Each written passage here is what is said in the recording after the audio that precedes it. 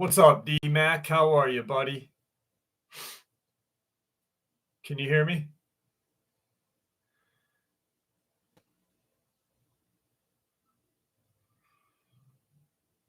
DB Mac? Hey, Pops, how are you? Can you all hear me?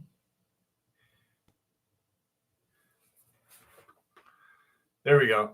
Something just happened. Can you guys hear me now? I said hi to DB Mac and Pops. It only takes 2 seconds to type in, yup.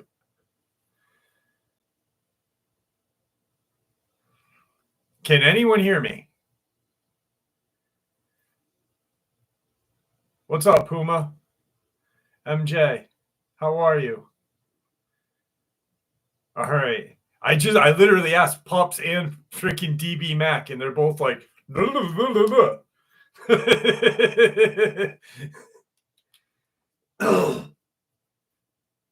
What's going on, Russell?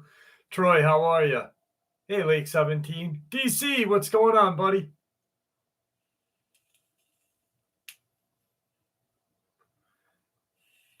Hey, Mickey. Welcome to the show.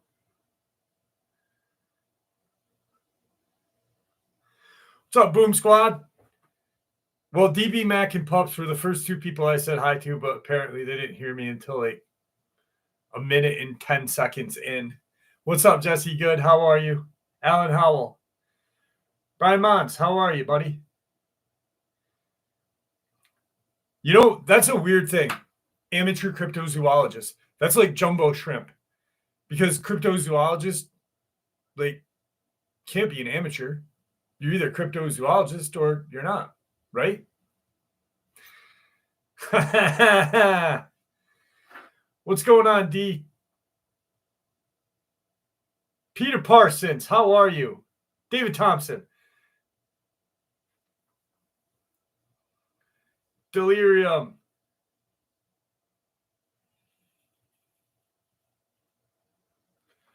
Hey, Nexus. I know, I've been waiting all day, too. I've been waiting all day to get this goddamn thing. Oh, no, I'm just kidding. I was up your way in Hudson Falls and Kingsbury. Oh, Jesus, I'm sorry, Moondog Rex. That's like being in the asshole of upstate New York, my friend. No, I'm just kidding. It is, though. It is. It's fucking strange, man. There's some people there that actually kiss their sister. What's up, Caden? How are you? Joe, Marge, how are you? Robert Sharp. Brad is a nice guy. Brad's quite interesting. He's quite interesting. He has a sense of humor that we all have. And the funniest thing about, okay, so I put Brad's upload up today. First comment I get was,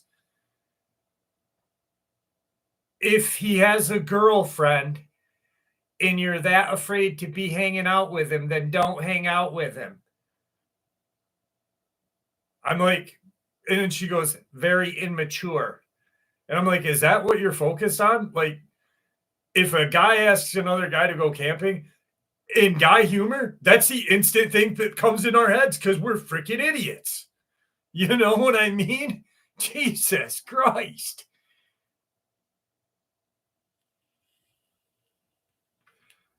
What's up, Paulo? How are you?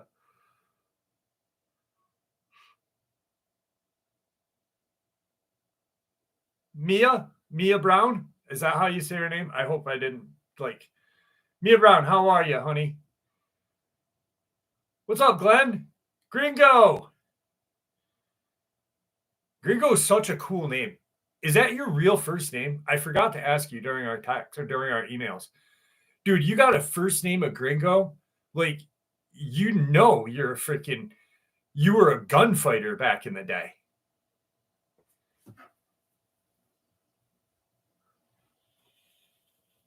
Yeah, you're definitely a gunfighter and you got a fucking hog. Like, a name like Gringo, you're just like, you're the fucking man's man. 92. It was pretty warm today. Humid though up here. Humid.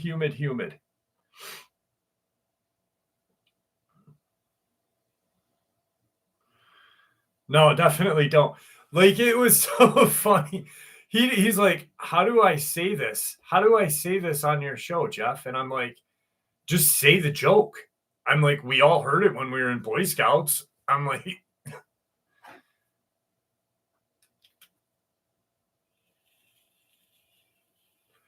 I don't know where Jane is. We'll give her a few minutes.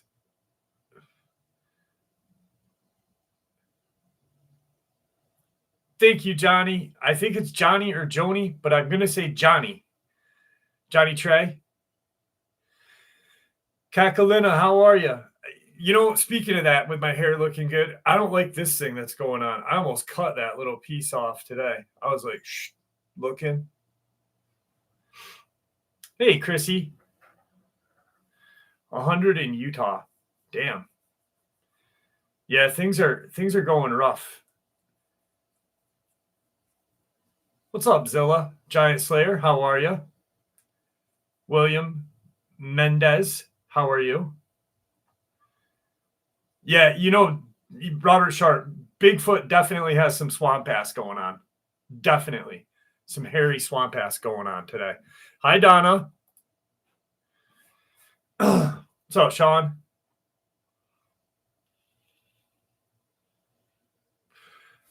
Gigi Allen shirt, Scott. It's a Gigi Allen suicide shirt. That's what it's called. What's up, Neck? How are you, buddy? So I got a stack of experiences today. And when Aramit comes, I actually do have a Mothman experience for him. Hey, Stacy, how are you?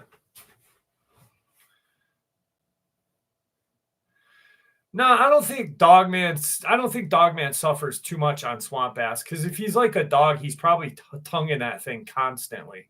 He's like, I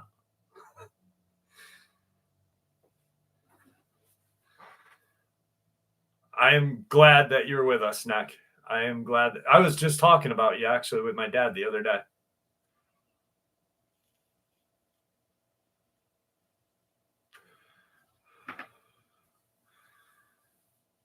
Miss Hampton, how are you tonight? Kathy Hayes.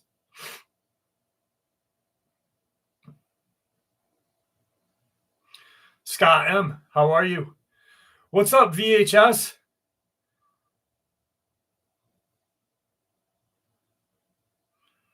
Dad's doing well. Thank you for asking. What's up, Pine Knot? He's been walking, doing his walk. Well, he's been taking a couple days off because it's been so muggy. Nairoshi, two-way, how are you guys? But he's doing well. Thank you.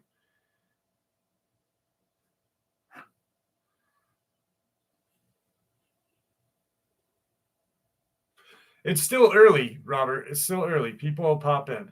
What's up, JFA? I mean, it's only 8 minutes in. We got 135 people, which is pretty good for me. Oh, thank you, Pine Knot.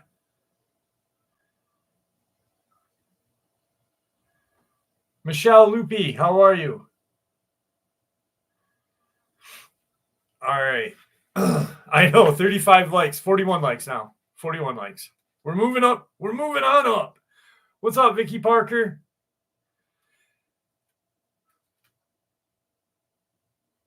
Thank you, Jay. Appreciate that. Motorboat.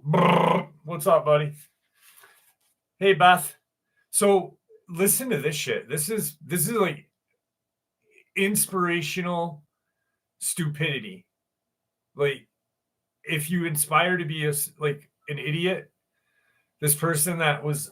So the other day when I did the upload about the hotspots, the 5-state hotspot, and I talked about Brenda Hamilton and Camp Perry. Alan Howell, thank you so much. Joseph, thank you very much. I appreciate that. Thank you very much, guys. So that 5-state area right? This person actually commented, I live in that area and I have never heard of any of those attacks or experiences. And I'm like, Google works. Google it. Like, I'm making this shit up. No, I'm not making it up. Like, you can Google it. And I called the police stations and talked to the police officers, recorded. Like, the people in their stupidity amazes me. You know, it's like Google works. Look up everything. You know, like if you don't have like I look up things all the time just because I don't know.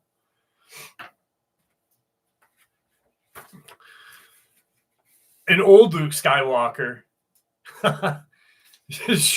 Shriveled up bald Skywalker. All right, we're gonna hit some encounters and then we're gonna do DB Mac's favorite thing. Michael, congratulations, buddy. Congratulations.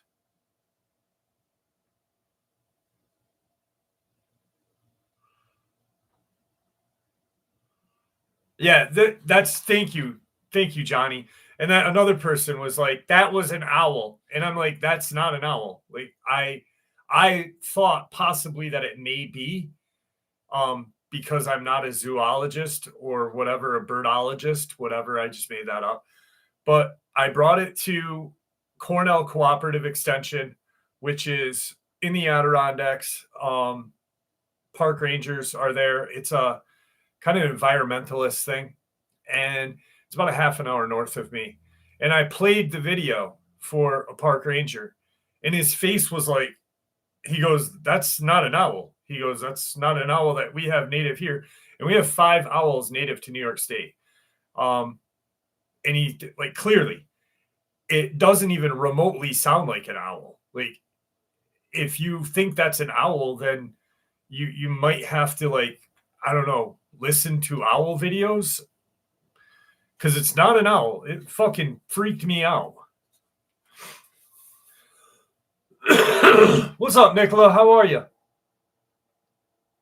Gen X 76. How are you, my friend? Yeah, well, that's thank you for saying that, Johnny, because there was a guy I had interviewed, a gentleman in, I think it was Indiana. I'm just gonna say Indiana. It was like west of me. And well, everything's west of me. I live in New York. So he was like talking about how he had built this fence, this large fence, because there had been a dog man. He built this humongous stockade fence, like 9 feet stockade fence. But he started talking about owl men. And I'm like, owl men? And I'm letting him talk. And I said, wait, I got to cut you off. I'm like, are you telling me that there's like large creatures with wings running around your woods? And he's like, no. He goes, it's when the Bigfoot are hunting deer or hog at night, and that's how they communicate with each other. And I'm like, oh, I'm like, that's really interesting. Thank you for sharing that with me, buddy. But it's just like, thank you, Zilla. Appreciate that. Damian Bloodstone, how are you? All right, let's jump into an encounter. I'm a long-haul truck driver, and I was traveling east on Interstate 8, just east of Fortuna, my brain just shut off, just east of Fortuna, Arizona. This occurred in mid-June 2017. Having checked the clock, it was 3:45 a.m. when I alerted my partner to the presence of 3 or 4 individuals standing in the middle of the traffic lane. After sounding the truck horn, I began to slow our rig down. Given the fact that the area is well known for human smuggling and is dangerous to travel, I wonder if perhaps we should keep going. But when it became apparent that at least 3 of these individuals were wearing some kind of uniform, I decided to stop along the right shoulder. Nevertheless, my second driver emerged from the sleeper with a shotgun that we carry. both of us agreed that neither of us was going to step from the cab, and we kept the engine idling. 3 individuals walked slowly toward me, toward the driver's side cab.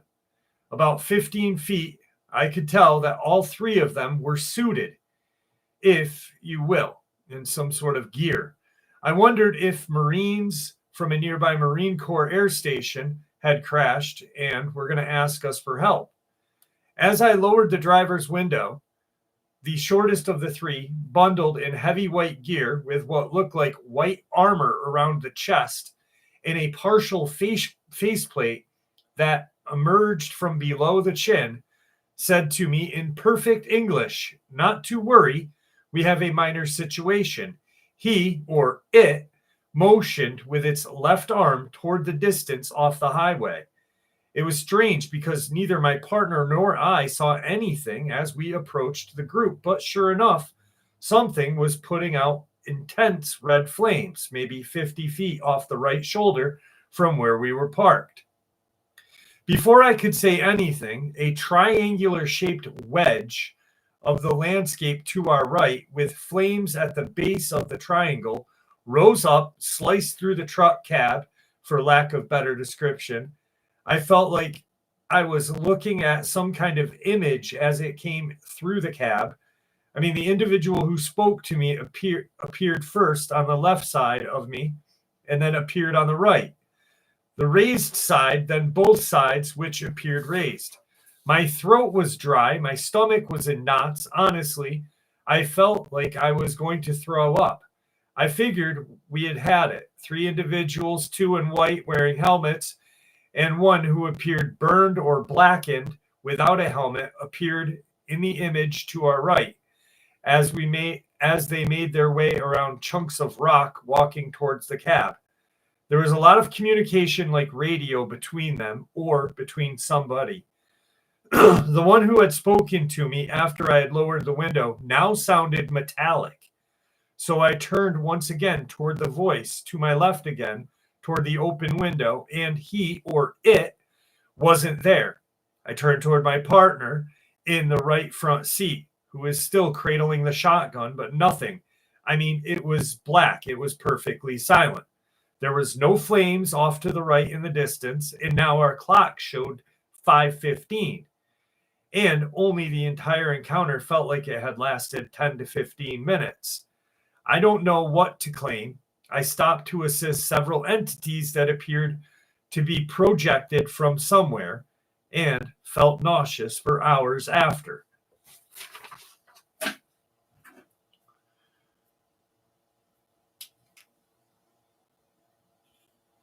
Hey, Sonia, how are you? Doug Wilson, how are you? Is Jane in yet? Did Jane pop in while I was recording or talking? I don't see Jane. No Jane? All right. This is what we'll do. We'll get Jane on the live stream. Check this out. We're just going to call her and hang up.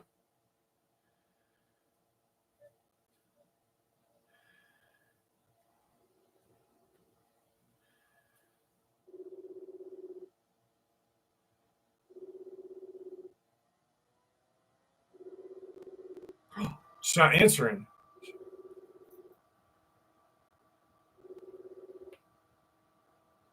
Damn it.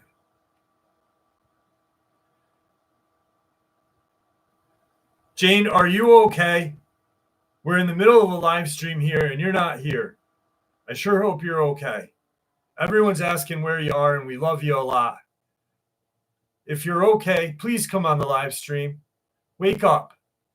Wake up. Bye. There we go. That's just fucking rude. $20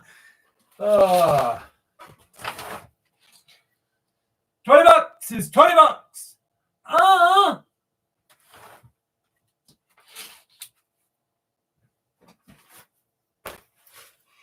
And this is for neck.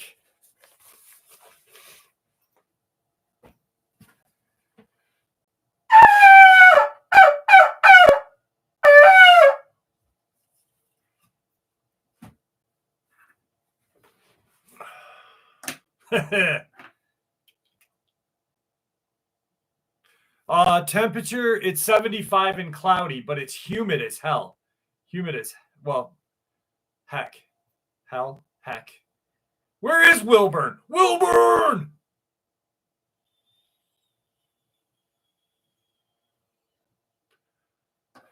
Hey, Kathy Hayes. Slicey Slicer, how are you? What's up, Web Surfer? Thank you, my friend. My hairstyle.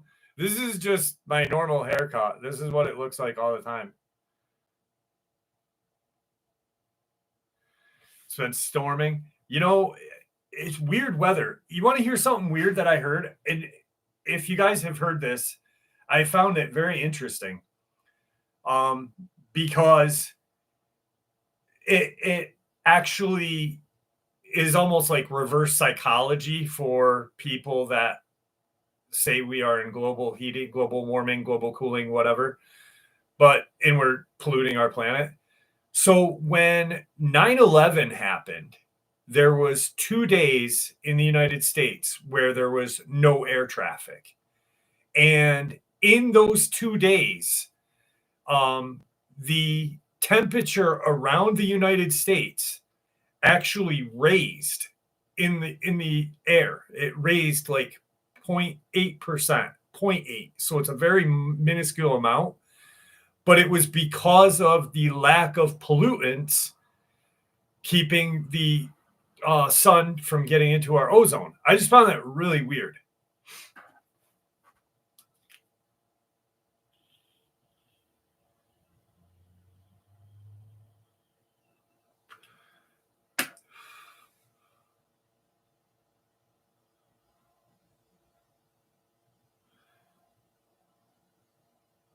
It's Gigi Allen. Arabic, I've got an experience for you, my friend. Let me find it.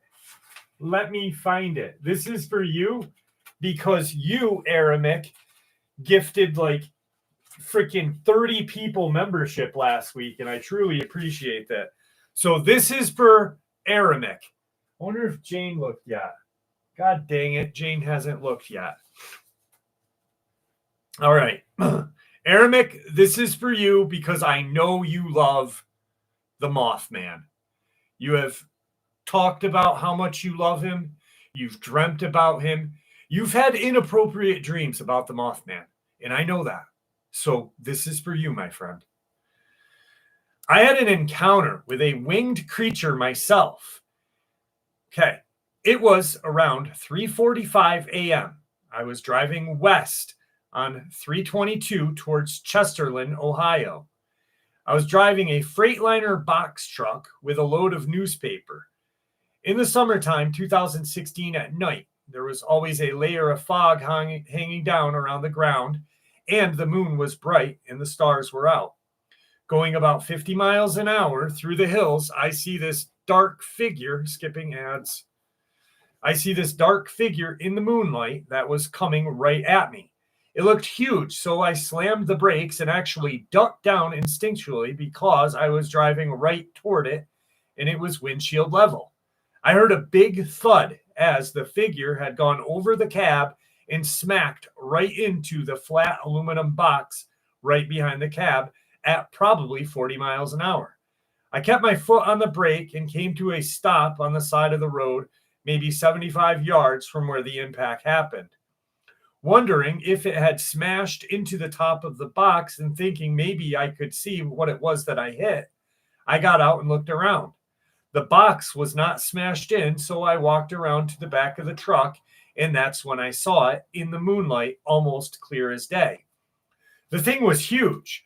I thought for sure it was dead, but all of a sudden it rolled over, and that's when I saw its bat-like wings, not bird-shaped.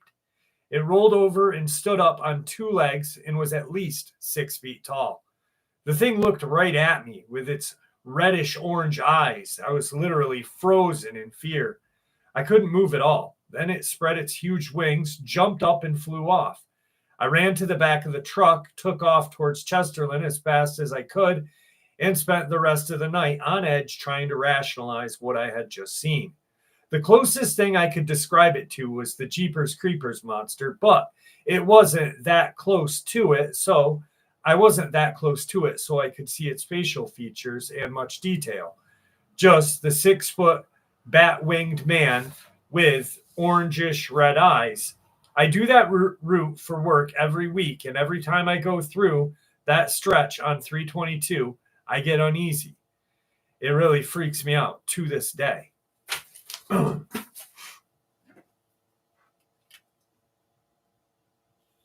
Thank you, Ryan Long. Appreciate that.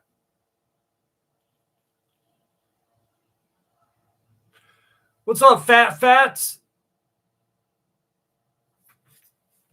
I just caught that. Fats.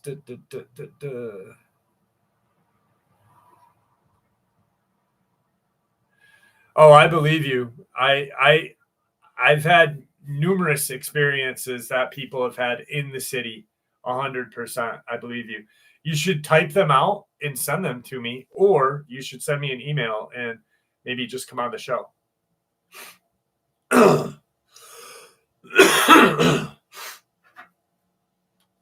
Oh. You're welcome, Aramic. And I got a couple more hidden in this pile of paper for you still. I am still sick a little bit. Not as bad, but still like I'm still feeling it.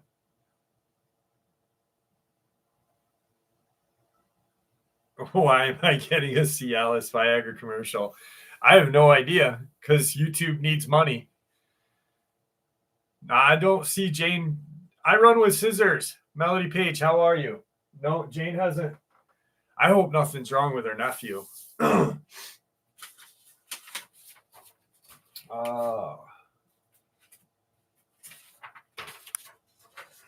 Adam Condon, how are you, buddy?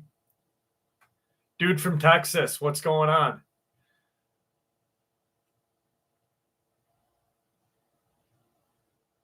Yeah, I've been taking a lot of I take a lot of vitamins anyway. And but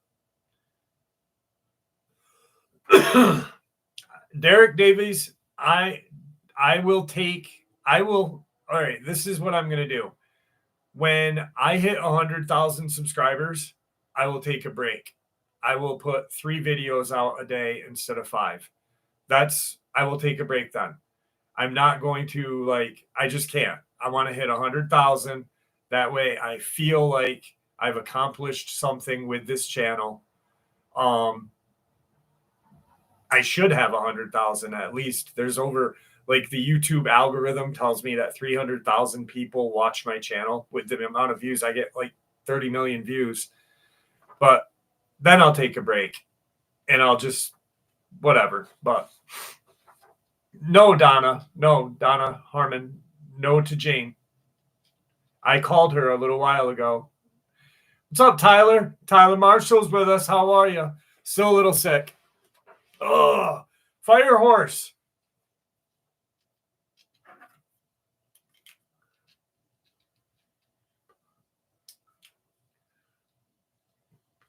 Did it die?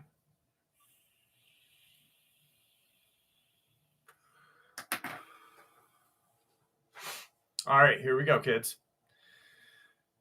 I live near Greensboro, North Carolina. That date that incident began was 6/18/22, 2 weeks after moving to this address.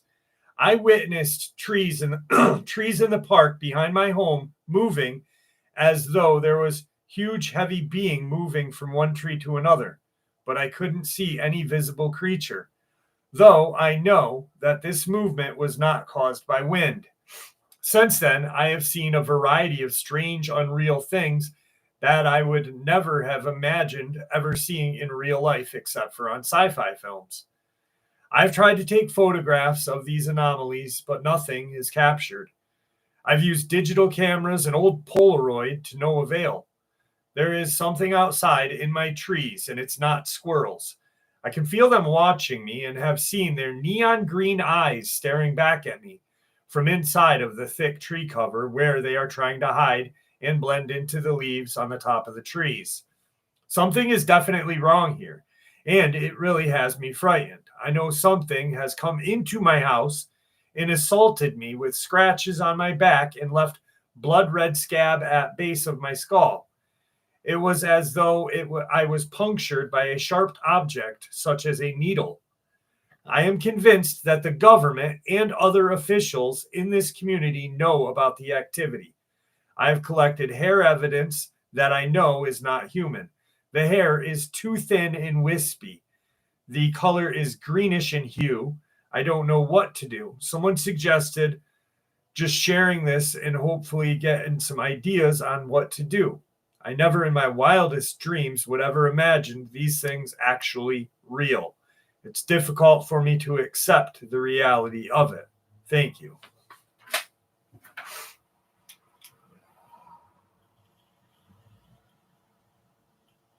Jody Sugar, how are you? Larry Lindman, holy shit. Lindman, thank you so much. Bobby Schultz, how are you?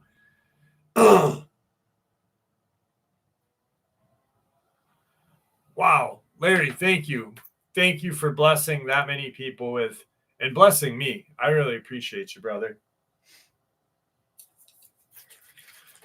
So since I got COVID, I am off soda. I've been drinking Snapple Apple. This shit is so good. I drink so many of these a day. I piss an apple tree every day. Southern Charmer, how are you?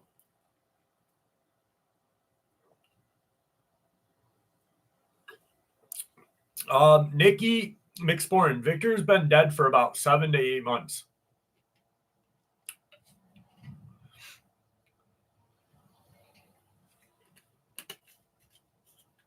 Oh,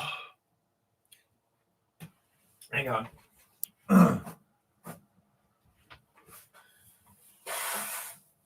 Gringo, thank you so much. Wow. You guys are awesome. Thank you so much, guys. Thank you. Thank you. I appreciate that.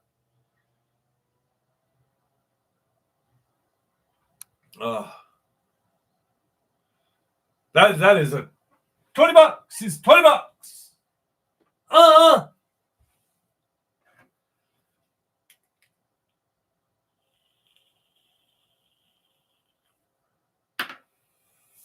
Are my tattoos Illuminati? No.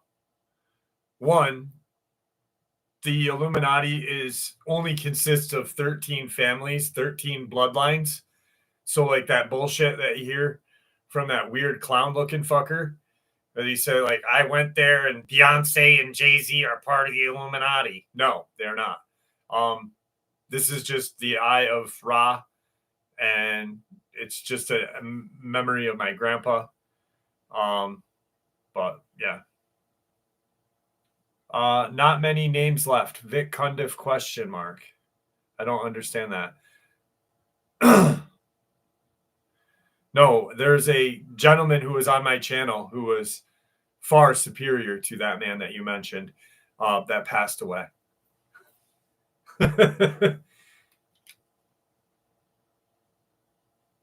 Malachi and Sebastian, happy birthday. I hope you guys have a great birthday. Respect your parents. Don't do anything bad. Stay away from cigarettes. Be good kids.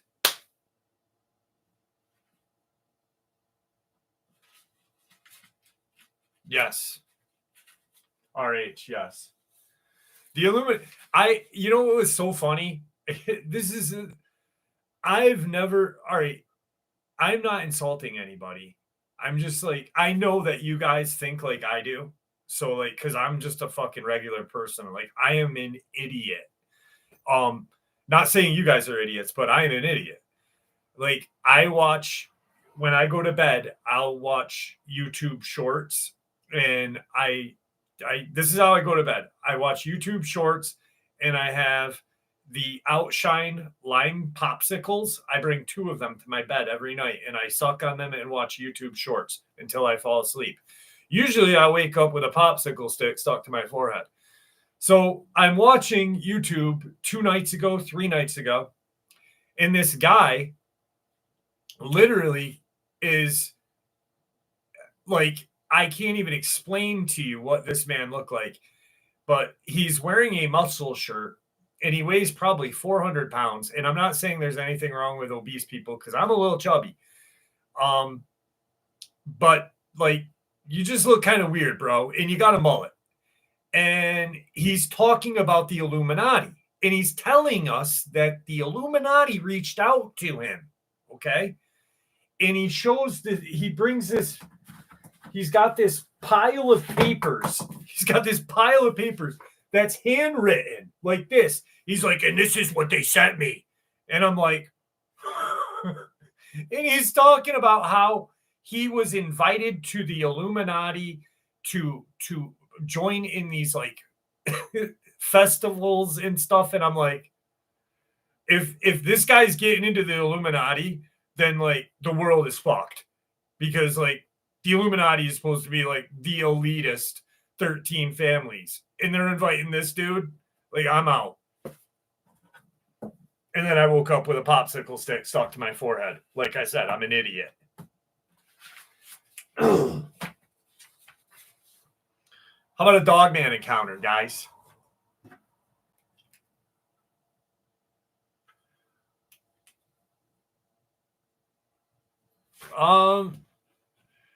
That's an old show. That was an old show. And I don't have too many thoughts on it because I don't think he is qualified to validate anybody. One, he never knew Victor. I mean, all he's doing is saying, I believe Victor is real. You know, I could give two shits what anybody thought at that point. You know, I know that Victor was real. He was my friend. You know, someone makes a video about Victor being real so they can get views.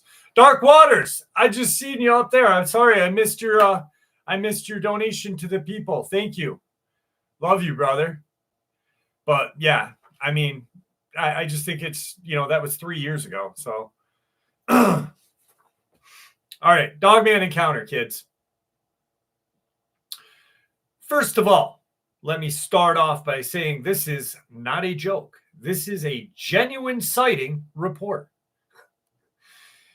It was 2:30 in the morning, and it was completely silent. I was in the bathroom cleaning my teeth, getting ready for bed, when suddenly I hear the letterbox lift up and violently slam as though someone had purposely done this to get my attention. Usually, it is very windy. The letterbox will bang and clutter, but never this loud. Besides, it was completely calm outside with no wind at all. So I found it rather strange and quite perplexing that it had slammed like that. I quickly finished off and rinsed my mouth, placing my toothbrush down on the side, and then quickly went downstairs to look out the hallway window and see if there was anyone outside mucking around at this ungodly hour in the morning. At first, I couldn't see a thing, but when I looked along the hedgerow, I saw what I first thought was someone large hunched over on the path. I moved the net curtain to get a better look, and it moved slightly, becoming more visible with the streetlight and moonlight combined. Now, this is going to sound rather strange, but I could now clearly see that it was not a human. It looked just like a werewolf. It had a long snout, like it was straight out of a Hollywood horror movie, which sent chills running down my spine. It turned its head and looked at me, the light causing its eyes to shine, reflecting some light. It was good that I had previously been to the bathroom before seeing this creature, or I probably would have needed to clean my set of underpants. I bravely banged on the window pane, and it darted away, hunched over. After it ran down the road, setting off many security lights in the process, I promptly retreated away from the window, letting go of the net curtain, still in complete shock. I mustered up the courage to walk down the stairs and check the front door, just to make sure that it was still locked and secured, which fortunately it still was.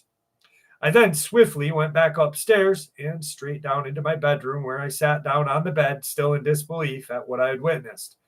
It scared me because it's not something you typically would see. Had this werewolf creature seemingly slam my letterbox to get my attention so that I would look out the window and see it, and be terrified, which I actually was. After studying UFOlogy and cryptid creatures for over 2 decades now, I can confidently state that they are just a generated construct within our reality. Yeah, it was a real physical werewolf that is dangerous and could tear anyone limb from limb who is unfortunate enough to be outside and unwittingly run into a deadly beast. But it is generated construct that has been placed there purposely by an unseen intelligence to cause fear and stifle my research by putting the frighteners on me. This is possible because we are living in a quantum simulation, and therefore anything generated can be real to us. I have come to this conclusion because I have witnessed this phenomenon firsthand, changing shape and form on many separate occasions. I have seen the Mothman and Goatman, and I have photographed a hideous. A hideous?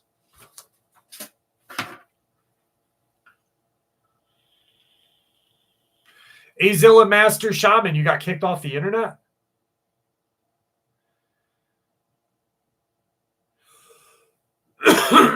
God dang. I was in a, yeah, it was Neo. Neo is just sharing that with us. I hate that shit. It is a construct of our reality, and the Dogman, like, you don't know. I don't know. So why say it? Just so you can sound smarter in your own home? You know, he thinks he's super smart because of that little. Such an asshole. What's up, Ed? How are you? He's like, honey, listen to this. After I saw that Dogman, I wrote this, and it's a construct of our reality because I have seen it 16 times.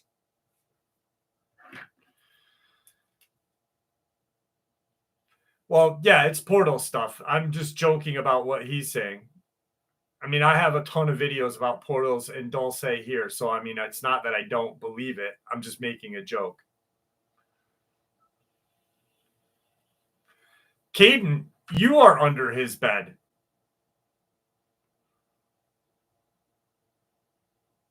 What's up, Captain Ron? How are you? Oh, fuck.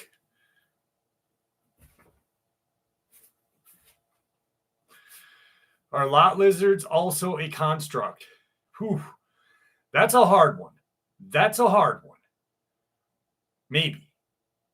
Maybe.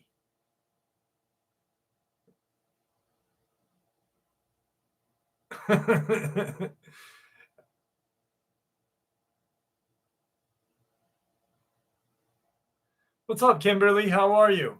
Check and see if Jane. Oh. Did she? No.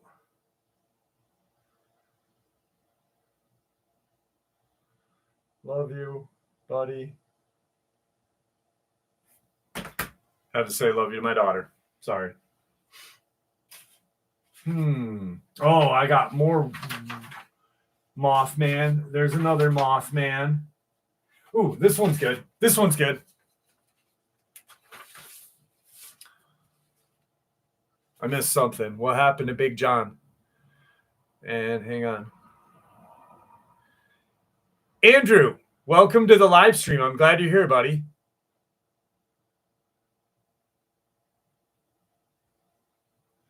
One was killed at my land 10 miles ago.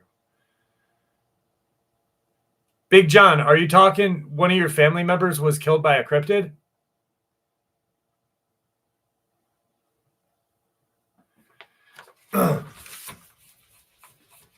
Oh, there we go.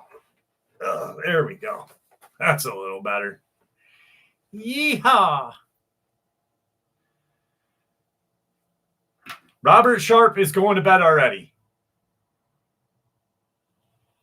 No, I was adjusting my nuts because they were getting sweaty because I've been sitting here for 45 minutes. Oh, God.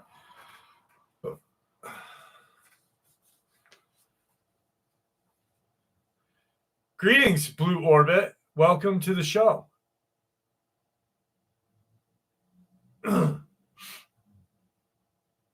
Yeah, just your every 20-minute ball adjustment. You know, they get stuck on one side of the leg, left leg, right leg. Get a muffler, $20, it's $20.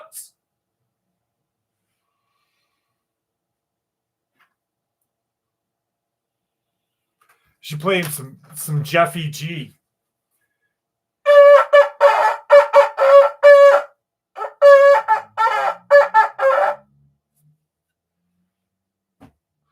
I'm getting good with that thing. What's up, Mike Turner? How are you, buddy? All right, this is like really fucked up one. I actually was looking forward to sharing this one with you guys. So, after 30 long years, a Tennessee man has finally revealed the reason behind his abrupt decision to stop going into the woods.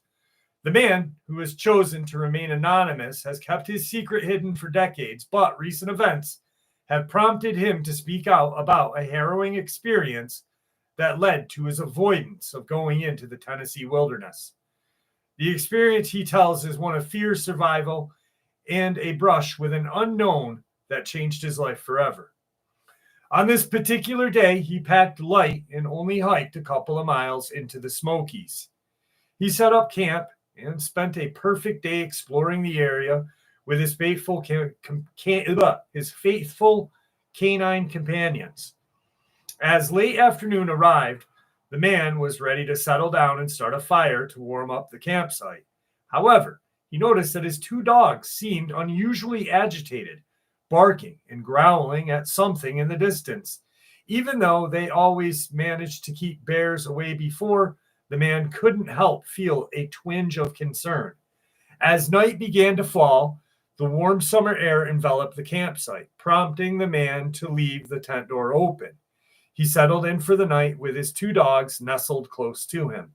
He awoke too soon, seeing bright moonlight illuminating his camp before realizing his dogs were making a deep, low growl and their hackles were raised. He then noticed another noise like a thrumming groan coming from outside the tent. The source of the groaning noise became apparent as the man's eyes adjusted to the darkness. He could now see a dark outline that seemed roughly the shape of a bear lurking just beyond the now cold embers of the fire. The man shouted at the dark looming figure outside the tent. To his surprise, the creature went quiet, but then began to grow in size until it was towering over the screened window of the tent roof. The man could hardly believe what he was seeing. He had never encountered anything so massive outside of a zoo. Meanwhile, his two dogs continued to growl, their instincts telling them that this creature was not to be trusted. He could hear the creature inhale a long, slow breath. Rockin' Sully, thank you, my friend. Appreciate you. Thank you. He could hear the creature inhale a long, slow breath before letting out a trumpeting call. It sounded like a mixture of a lion's roar and a human shout. The dogs were terrified into silence, and the creature bolted away. He was helpless to stop his canine companions from giving chase of this creature as they ignored his commands in favor of the hunt. Without a second thought, he grabbed his rifle and headlamp and ran after them. He could hear their barking in the distance, but they were moving too fast for him to keep up. He heard something that sent chills down his spine, a maniacal laughing sound like that of a hyena coming from the same direction as his dogs. Despite his growing sense of dread, the man continued to follow the sounds of the barking laughter, hoping against hope that he would find his dogs safe and sound. But as night wore on and the barks faded into silence, he realized he had to return to camp or risk becoming lost himself. He stayed up all night, waiting for his dogs to return to camp, calling them occasionally, but to no avail. As soon as the sun came up, he searched for his beloved pets again. After hours of searching, he finally stumbled upon them, one badly injured and whimpering from within a thicket of brush, the other torn to pieces. The loss of his dog's life hit him hard, and the surviving canine was never the same again, becoming fearful of both the night and the woods. The man knows he had encountered something terrifying in the woods that night, far worse than any bear or any other known predator. To this day, he has never been able to fully explain what he saw and heard that fateful night. But he is certain that his encounter with the unknown creature that made him give up exploring the wilds of Tennessee forever. Dude, that one's just fucked. Oh.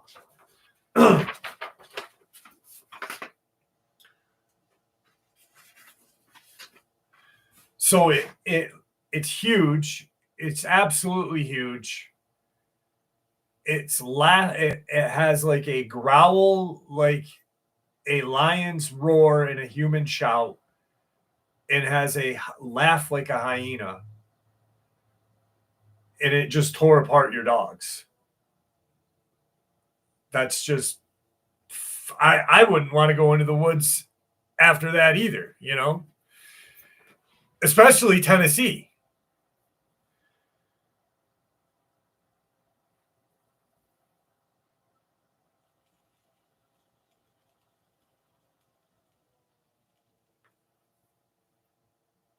Yeah, I would never. You may call up a Cobra, Jeff. Sylvester Stallone Cobra? That's a classic movie. You got to be my age to know that movie, though. I would be a basket case and pissed. You're right. Aramic, thank you, my friend. Wow. And this one's for you, buddy. I got another one right here for you. We're going to take a minute, though.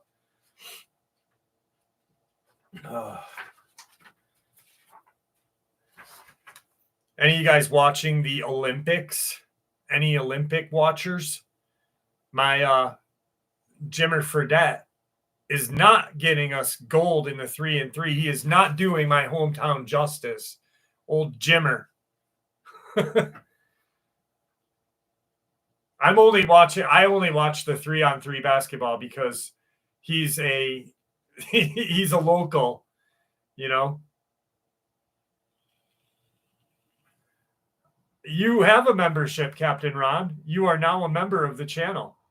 You are an elite member of the channel, my brother. I don't even know how to get a membership of it in my channel. I don't even have one.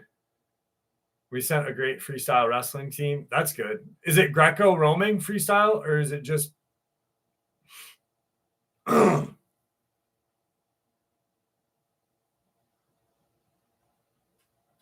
I have amazing fans.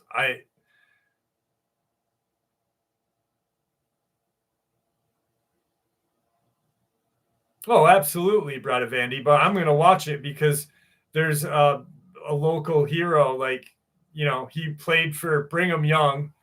And then, did he play for the Suns? Well, I mean, a local kid gone NBA. Of course, I'm going to watch it. And now he's at the Olympics. Exactly.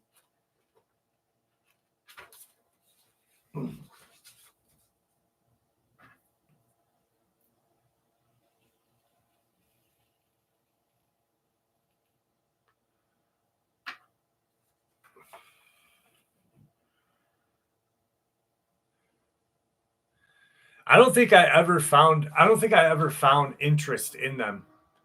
I just, because he's my, you know what I mean? Like, you got to root for the kid. Actually, I haven't watched it at all. I just checked to see if we're winning. I'm like, has he brought us to the gold yet? And they're like, nope. I'm like, that sucks. Thanks, buddy.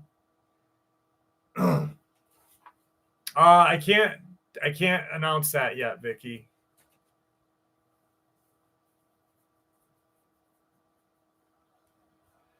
Is he there, Alan Howell?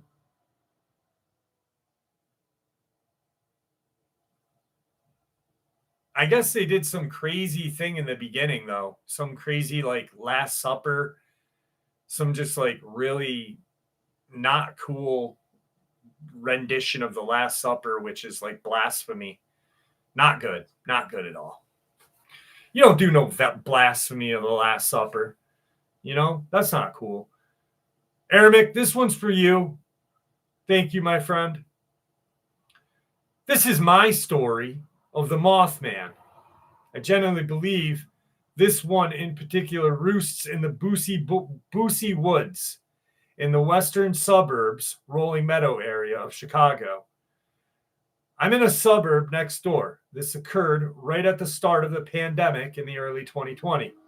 Many things were shut, and this moonless night was easily the darkest I'd ever experienced in the suburbs. Usually light pollution means you can see 24/7, but this night was practically dark and quiet. It was 2 a.m., and I'm in my garage tinkering on one of my bikes, listening to some music. Not super loud, when there is a crash on the roof of my garage. I've had raccoons jump off the tree onto it before, but this sounded like a person my size just jumped onto it. The whole building shook. My garage is an old horse barn, relatively small for a barn, but big for a garage, and detached and across the driveway. Well, I heard this and I knew it couldn't be a raccoon, but that's what my mind went to. So I grabbed a shovel and stepped outside trying to look up, but it was so dark I couldn't see a damn thing. As I rounded the corner of the garage into the front part of my yard, which was also dark and couldn't see my neighbor's house, I swear on my life I heard something jump down and land maybe 15 yards in front of me. I still can't see anything, and I don't remember hearing anything breathe, snarl, growl, or anything like that, which you would if you were face to face with a raccoon. They're noisy. So I'm standing there, dead stopped, holding his shovel like a walking stick, unsure what to do or even what's happening. I had a very visceral feeling that I was squaring down with something my size, though. I felt it. I knew I couldn't just stand there and wait to become a victim. I have a mentality that I never will be one. I'll throw the first stone every time. I raise the shovel to my other hand, taking a defensive grip, and step forward, only taking 1 to 2 steps before I hear 3 heavy footfalls. Then I hear the fence behind my garage rattle, and then I hear a whooshing sound like a great pair of wings. I generally believe when I stepped forward, whatever was there jumped on the fence and took off flying. I never caught a glimpse. I'm 100% sober, not drinking. I don't do drugs. I wasn't sleep deprived. I only got off work an hour and a half prior. I think my garage was the only light for miles, and my music drew it in. No one, and I mean no one else, for a mile in any direction as far as I could tell. As soon as that thing left, I shut the garage and went inside, somewhat shaking, thinking, holy crap, I damn near got into a fight with something I don't even know what is. The reason I think it was a Mothman, why I think it roosts in Boosie Woods, is there has been another experience in that area. This is not an embellishment. This is a real event that happened to me, albeit only that one time ever, and I hope only that one time ever.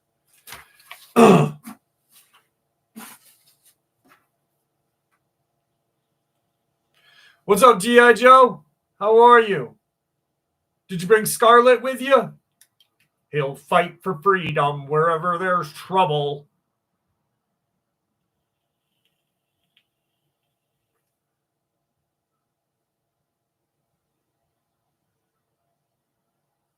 Was that what it was, DJ?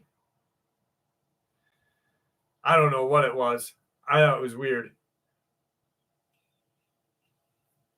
Brian, what's going on? You guys are never late. You're here. There's like, it doesn't start when it starts.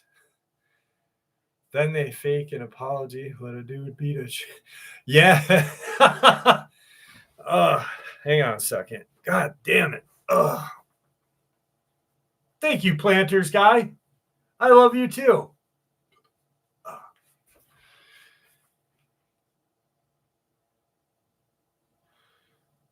No, I didn't, Charlie Knight. Nope, I did not. You know, Arabic, I think that having not having a visual, but knowing that whatever hit your roof and then hearing it thud down in front of you, knowing full well that it's just as big as you, I think that's even scarier than having a visual, in my own opinion. Like, I still get freaked out when I think about whatever smashed through the trees behind me where I was at Tom Mezek's. Like, because I only caught like the briefest glimpse as I'm running my ass down that freaking mountain. I think not knowing what it is scarier than knowing what it is. Just my own opinion. I'd rather know, I'd rather see Jeepers Creepers getting ready to disembowel me than not see it and then just get disemboweled and not have a good time. I mean, if you're going to disembowel me, at least give me a fucking reach around. What's up, Phil? How are you, buddy? Phil, I was just talking about you too. Oh, I can't wait, buddy. Dude, if you don't know who Phil is, I just yelled his name. He is a guide. He's a hunter's guide. And goes like deep, deep into Montana's woods, Idaho woods, just fucking deep. Like elbow deep. Buddy. What the fuck?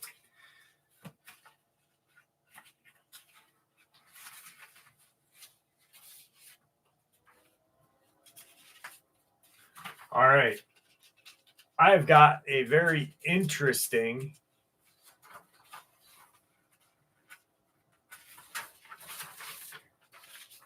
black-eyed person. Jane, I don't know where Jane is. She's probably sick or sleeping. I know that. Let me check again.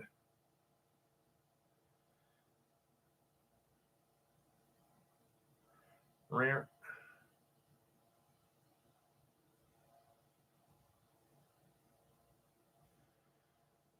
You okay? I just asked her if she was okay. She was active 41 minutes ago. And usually she answers me like right away. So maybe she's not feeling good. I know that she hadn't been feeling good, but I don't know. Hopefully she's okay.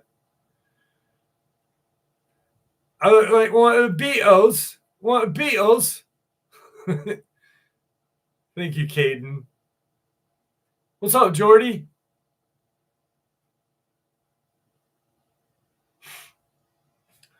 All right, here we go. Damn, now I'm worried about her. This happened in the year of 2001. I was 19 years old, living with my mom and two aunts in Miami, Florida. On this particular evening, I felt like staying home and reading a book, but my mom came up with the idea to go to the beach. I said no, but she insisted a lot. I even told her we didn't have clean towels to take, and she said, no problem, we'll just take a sheet. It's only for a short time. So my mom, my two aunts, and I get into the car, and we are on our way to Miami Beach.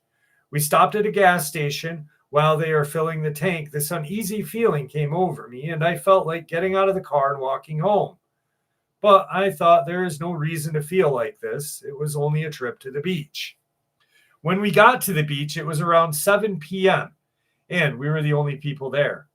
I put the sheet on the sand with our stuff, and since only one of my aunts knows how to swim, the four of us stayed close together by shore. While we stood there with the water barely reaching our waists, this man appeared from out of nowhere. Black hair, kind of dark olive skin, and wearing black shorts. He didn't wear any kind of jewelry or chains. Besides feeling uncomfortable, immediately my first thought was he must have walked a lot because I couldn't see his car anywhere. Then I took a look at his face, and his eyes were totally black. I could not see the white part. I remember I thought, what the hell's wrong with his eyes? Then he said in a very angry tone, Don't any of you know how to swim? Go into the water. He kept his distance, but after he said that, when I looked at him again, I didn't feel like I was looking at a man. It was the same feeling you get when you visit the zoo and you see a wolf or a predator close up. Two of my aunts just turned around and avoided looking at him. We stayed right where we were without moving, and my mom put her arms around me and one of my aunts.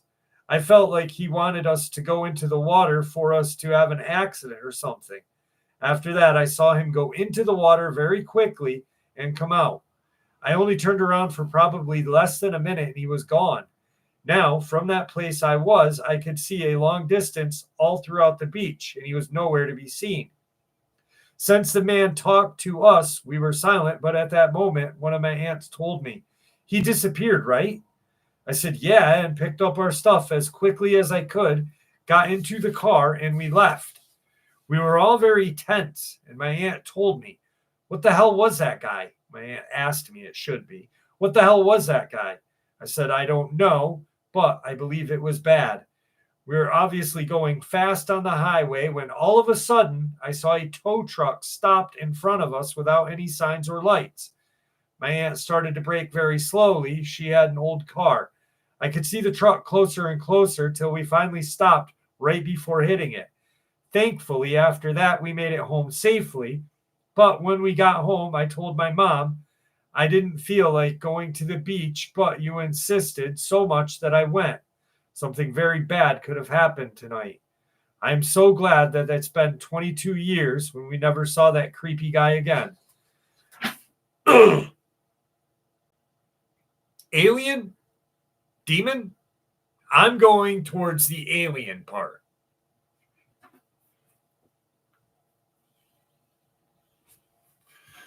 Wait, what did I miss? Phil, you had a Dogman experience, brother?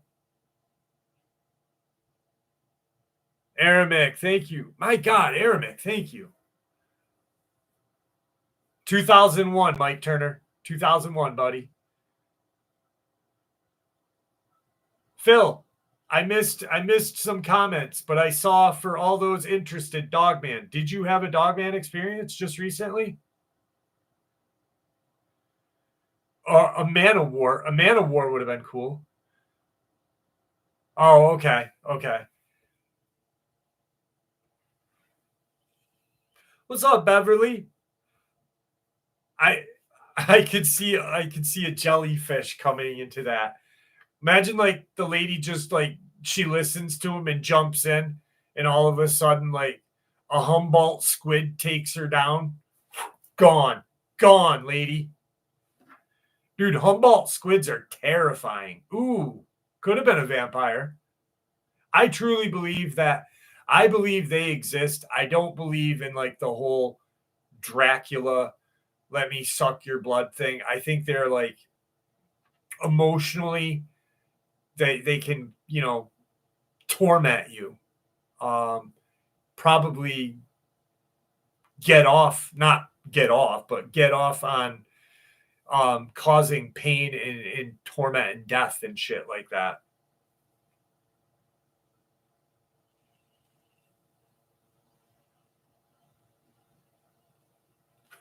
Yeah, I don't like going in the water. I will not swim in water. I don't like swimming.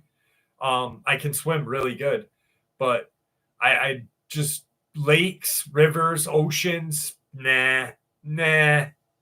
Dude, there's things that you can't see. Why am I gonna go in there?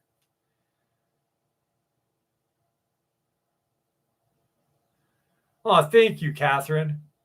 Thank you very much.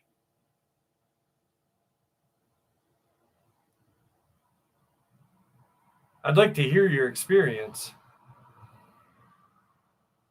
Aloha, Joshua Irate.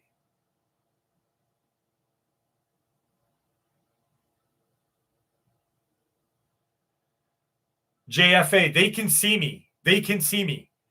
Those whatever's in the water sees me, knows I'm there, and they want to kill me. They do. They don't like us. I'll tell you a funny story. So, and ironically, it happened at Brant Lake where Tom Mezek disappeared, but I was young. I was with my cousins and we were going fishing. My cousins were a lot older than I, and so we went up there fishing. He had a John boat or whatever it is, just a little fucking boat, piece of shit little boat, and I was standing on the shore, and I was probably 8 or 9. I knew how to swim, but not good at that point. And I remember walking into the lake, and there was a drop off, and I hit it, and my eyes opened up in the water, and I swear to God there was a fish looking at me. It may have been like a false memory, but I fucking swear to God this fish was looking at me. It was scary, and that's how I got out of the water. I was like, get out.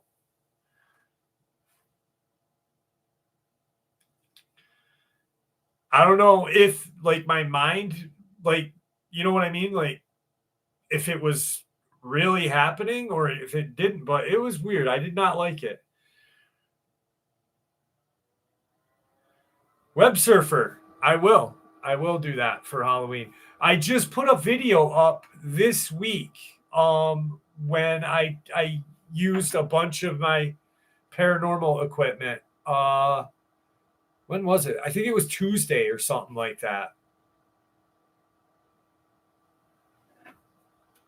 I'll have to do it. I'll have to. For some reason, people don't like those videos. They don't watch them. So that's why I don't do them. I wish people like, I would much rather hear real fucking like, that's why I like talking about, the attacks, the animal attacks and like other crazy real shit,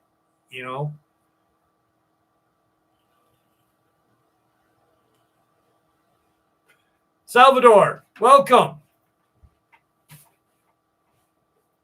Ugh. Okay, this is a creepy one.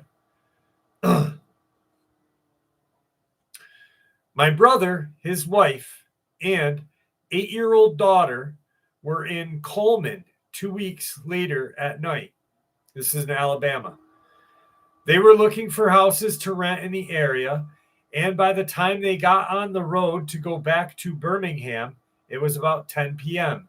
My brother, his wife, and daughter swear by this experience I'm about to tell you. My brother is in the Army, and his wife is a former veteran. I got 2 frantic phone calls and a text each from them to call them ASAP. My brother said he looked over into the woods they were passing and saw green laser beam lights going in all directions. So they pulled over and turned their lights off. Within 2 minutes, they saw 4 human-like figures coming out of the woods. They couldn't make out their features, but it scared my niece. All of a sudden, they saw headlights from another car, and as they watched the figures disappear on the right and appear on the left close to the car, my brother picked up his gun and got the hell out of there. They said it took 2 hours to calm my niece down.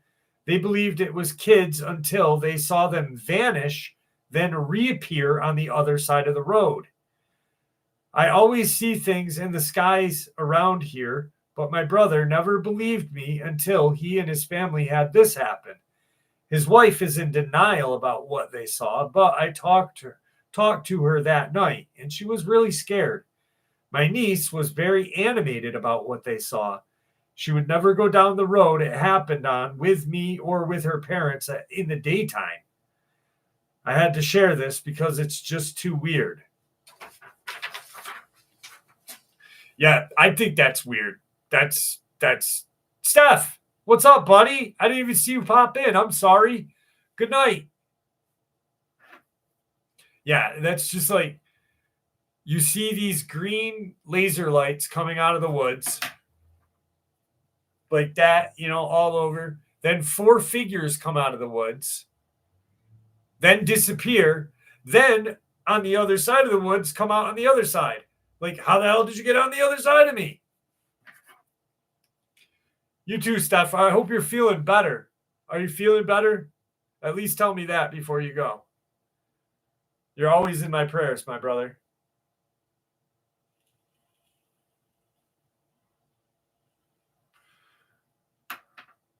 Danny Marie, there ain't nothing wrong with toe sniffers. If you're into sniffing toes, that's all good. You know, if anyone can get me Jewel mango pods, like I said a long time ago, I'm willing to pay for them and send pictures of my feet.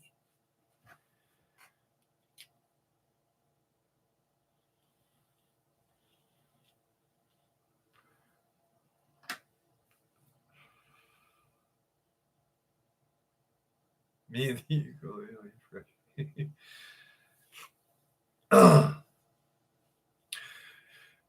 still a little stuffy, Claire, but feeling better. Jewel mango pods. Maybe Danny Marie. Maybe Dogman foot fetish.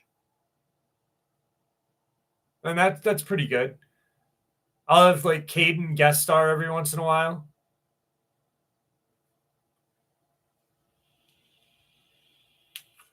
Hell, I'll even go to the exit 18 truck stop and film some lot lizards and throw them up there. What's that noise? 20 bucks! 20 bucks! Sit there. Can't believe I said that. Jesus Christ. Don't take the Lord's name in vain. Sorry.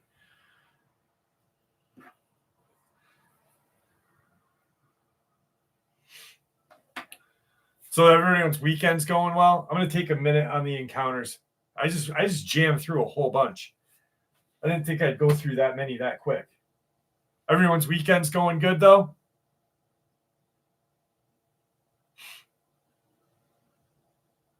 Vertebraker, what's going on? How are you?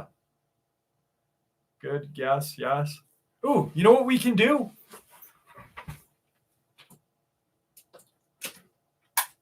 Oh, I'll probably sup on that tack later. But let's do this. Yes, the cop is there. He's there. He's always there. Every Saturday. All right, here we go, kids. All right. If there is anyone here with us this evening, please cross the rods.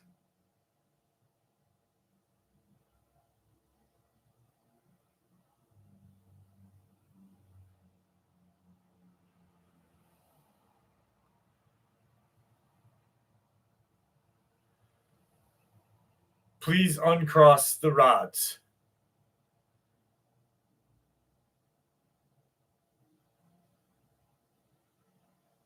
Anyone got any questions?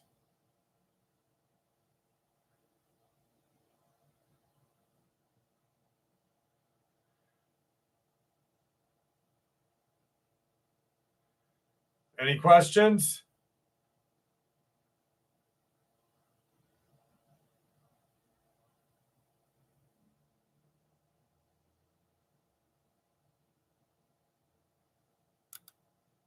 Are you demonic?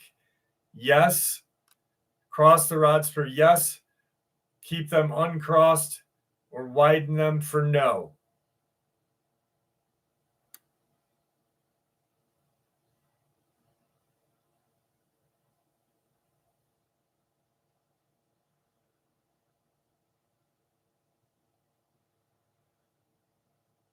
Oh, yeah, I know they lie. I've been to the Conjuring house, so I know. I've caught some really amazing stuff. This isn't my first day to doing this. All right, keep this. Here we go. Are you a spirit that died in this house?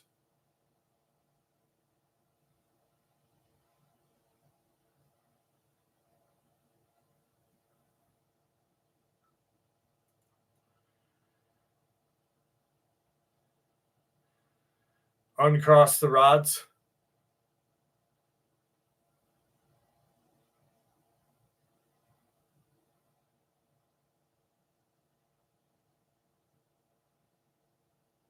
Were you part of the Underground Railroad that is in my basement?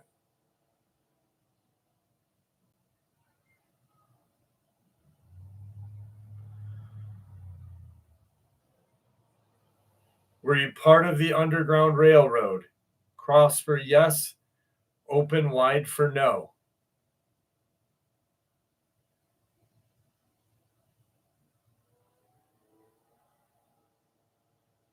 Is there anyone here still?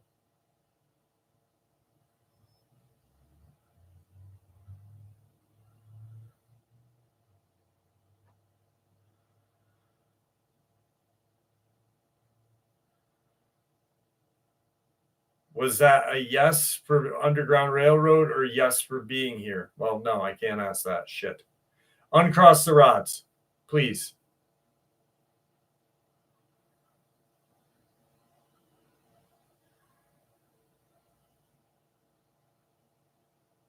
Did you die in my house?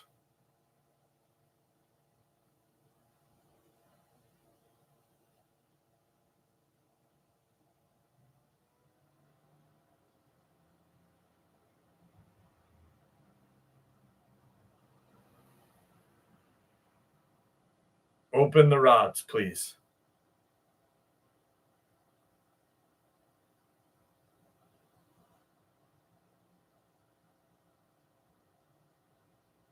Or are you part of the water that I brought home from the Conjuring house basement?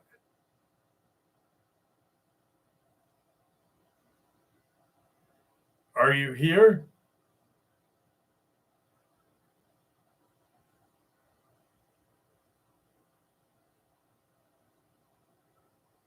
I'm going to say goodbye now.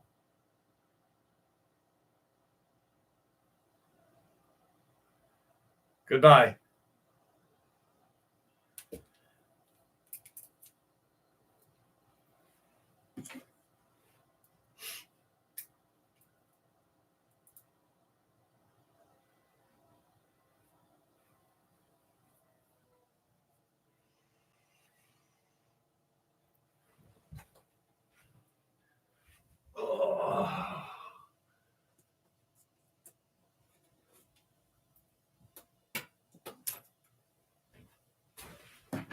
So I went to the Tom Mezek is definitely dead. Even if he wasn't, like, he's definitely dead. It's been 10 years now, 9 years. So he's wow. Early 80s.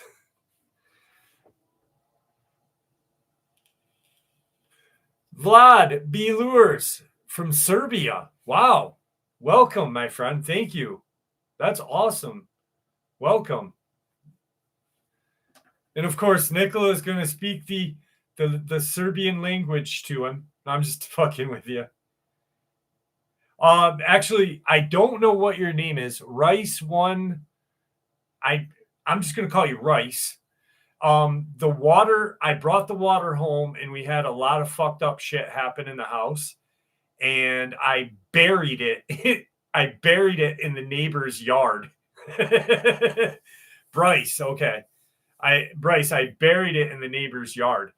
I don't know if you've ever seen the video that I did at the Conjuring house. Nino, you sexy motherfucker, what's up? Oh, this witch is in Colombia. You might like her story. Yeah, I would, Larry. I'd love to hear it. But we had a lot of weird stuff happen in the house after we came home from there. And I did a prayer. I said a couple different prayers. And said I didn't want anything following us home. But I don't know, maybe it came with the water that's from the well.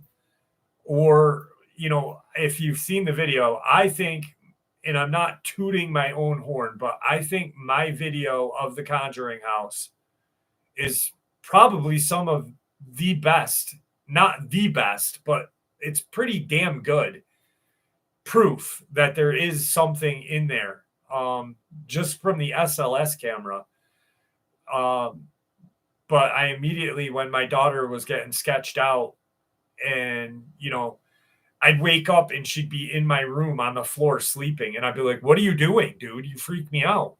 She'd be like, something's in my room, Daddy. And so I took the water and I buried it in the neighbor's yard.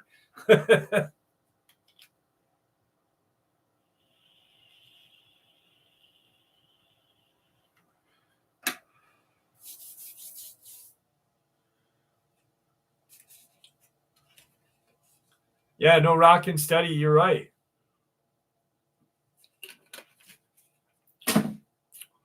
Thank you, Alan.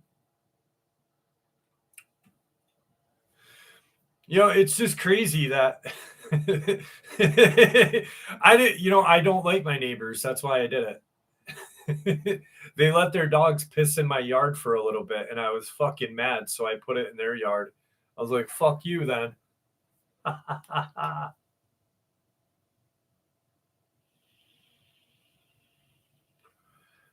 I'll give it to you to drink, JFA, if you want.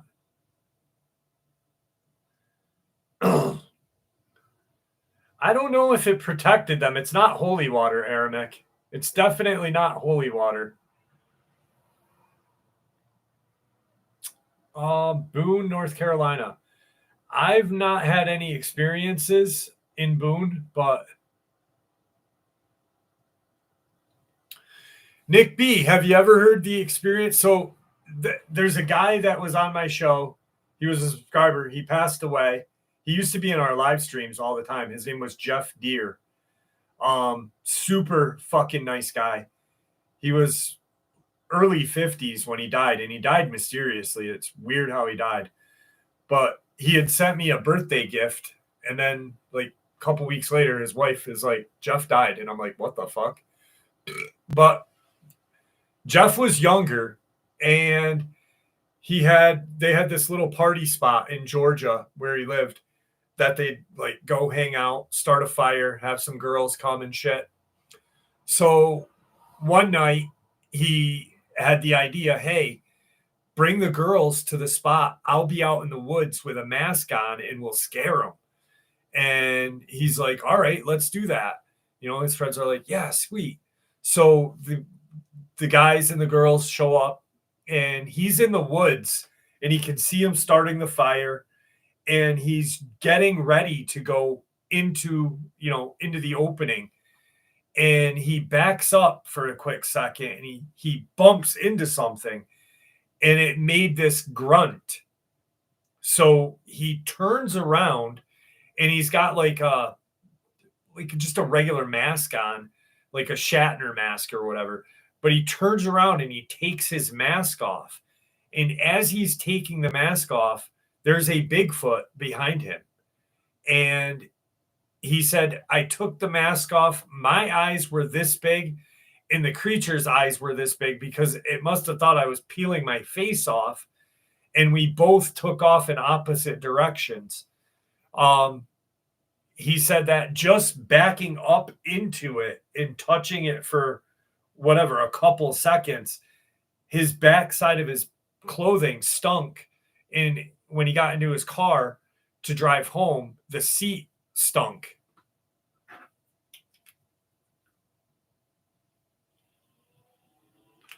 Yeah, exactly, Charlie. It's where his dad had known about them and said, dude, burn your clothes and fucking, they took the seats out.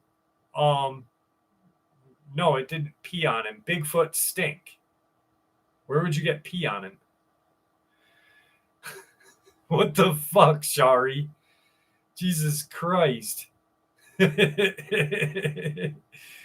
Oh, no. So his dad, they ended up taking the seat out of the minivan.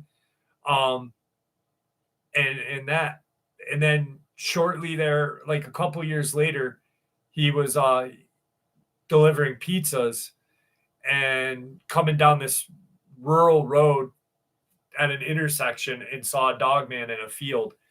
But the Bigfoot experience, like, he's freaked out, but the Bigfoot must have been freaked out too, because it's like he said, like he took his mask off and the fucking eyes were like what the fuck are you doing?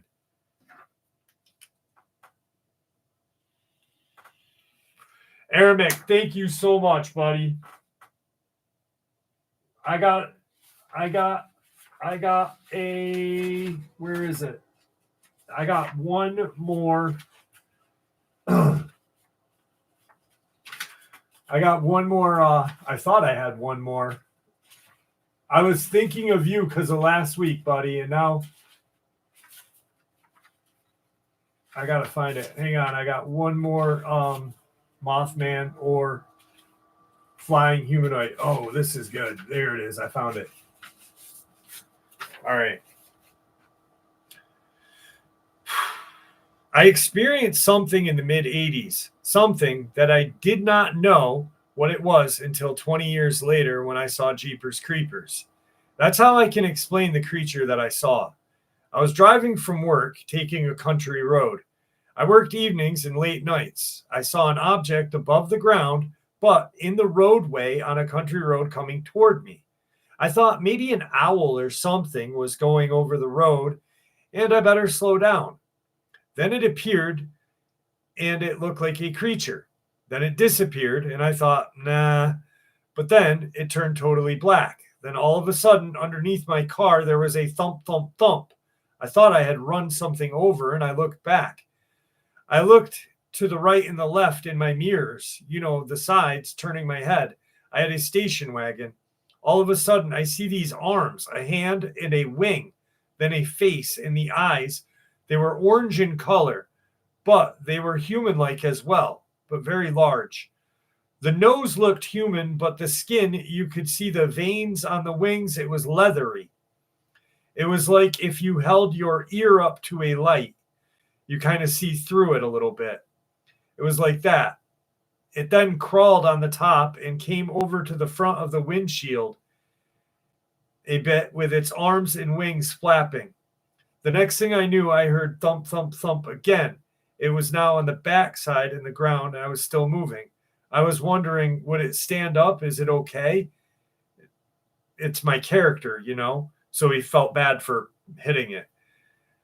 I don't want to hit the thing. I'm debating that. I slowed down for some reason. It got up, turned, and looked at me. It was like crippled, struggling to stretch the everything. After a while, it got up and stretched.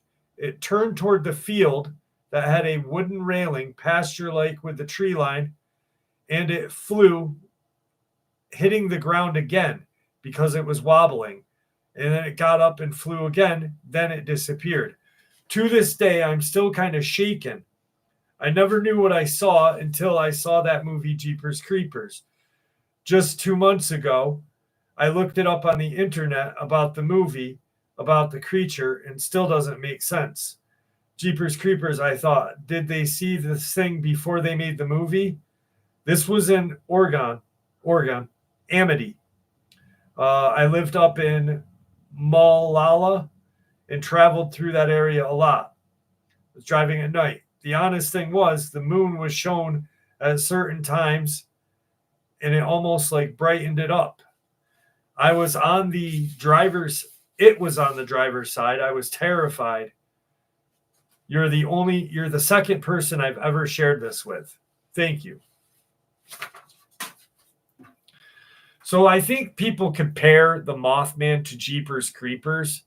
I think Jeepers Creepers was, or the Mothman was the idea for Jeepers Creepers. Like the Crawler was the idea for Chud. The government and Hollywood work hand in hand together. Soft disclosures all the time.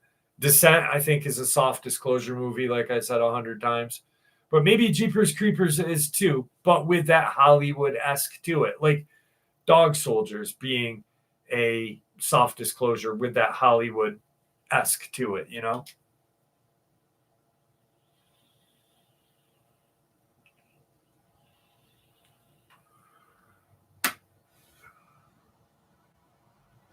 Tigger is sleeping right now.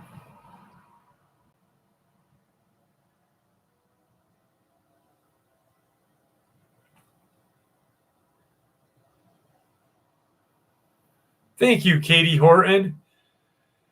How close is Escada, if I said that properly, how close is that to where that guy that got attacked by the wolf was just recently? That was not a wolf attack, but I 100% believe a dogman attack.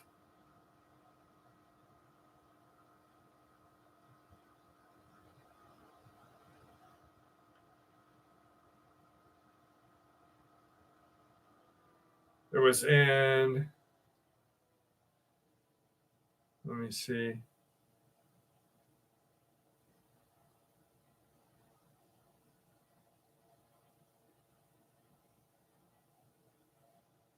I actually have it right here.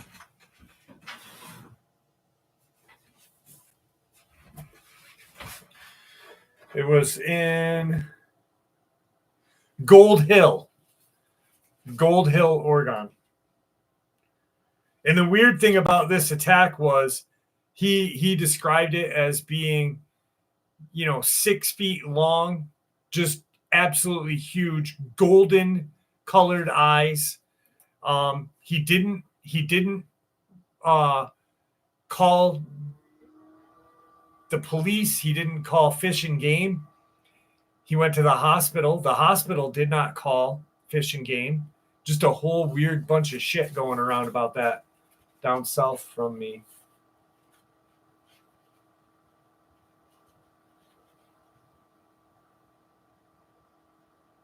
Okay. Just a really weird fucking incredible experience. So like he went to the hospital and then posted on Facebook.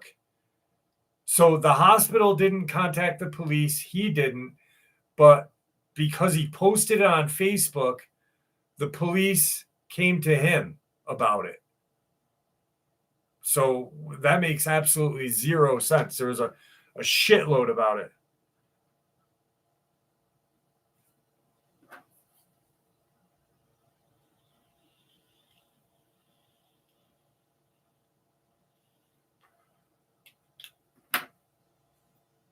Tommy, happy birthday. Happy birthday to you. Happy birthday to you. Happy birthday to you. Happy birthday to you. Yes, it was the mushroom hunter. Yes, lovely. Very good memory, because that's all he was doing. He was looking for shrooms. I was looking for some shrooms. Ooh, you're talking about the new movie, Twisters. Good night, J-Dad.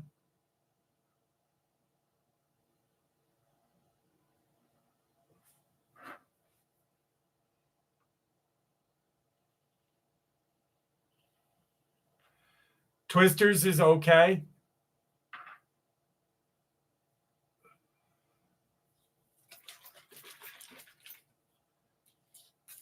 Yeah, there's a lot of missing people out that way too. Yep.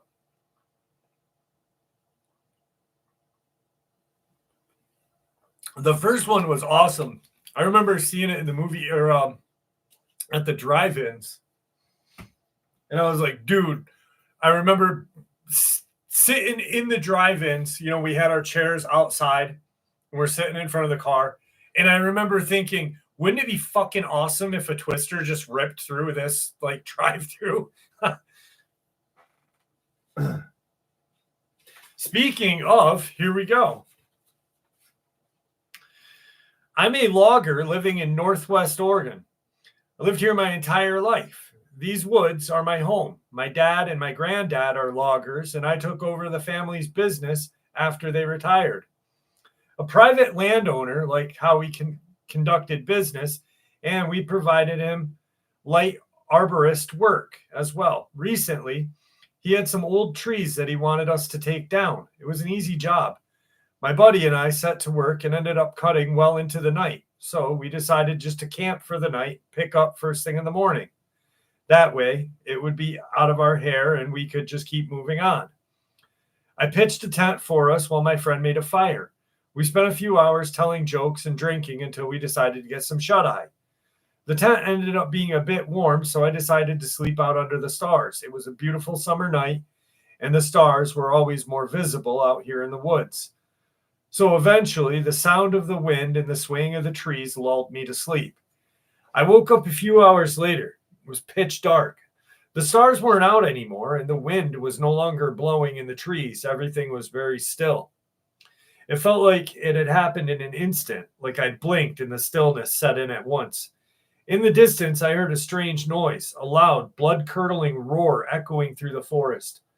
All of my hair stood up on end as I reached for my flashlight. When I clicked it on, it was super bright. I beamed directly into the deep woods, and the roar happened again, and that's when the breeze picked up. I crawled over to the tent to kick it so my friend would wake up. I heard him rustling inside as he slowly unzipped the tent, and he was white as a sheet. I know just from his face that he heard that roar as well. We both know what bears sound like, and we know how to handle them.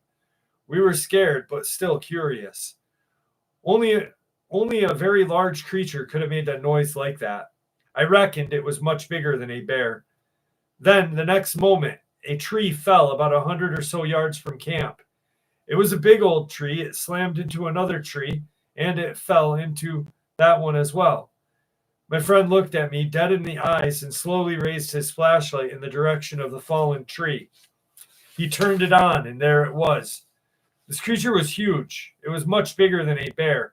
It was on all fours like a bear, and it had a similar giant head, but this creature had very sparse dark fur and lots of light-colored bear skin. I could see its muscles shifting, and whatever it was, it fell 2 trees like they were nothing. The creature roared once again and turned in our direction. It stared into the glare of our flashlight, and to our shock, started running at us. We glanced at each other and quickly climbed a nearby tree. Luckily, we got up there before the creature noticed where we went. We heard it tearing through the tent and the campsite for what sounded like hours. There we stayed until the sun rose and brightened the dark woods. We had no idea where that creature had gone to. When we looked down, our tent and campsite were torn to shreds.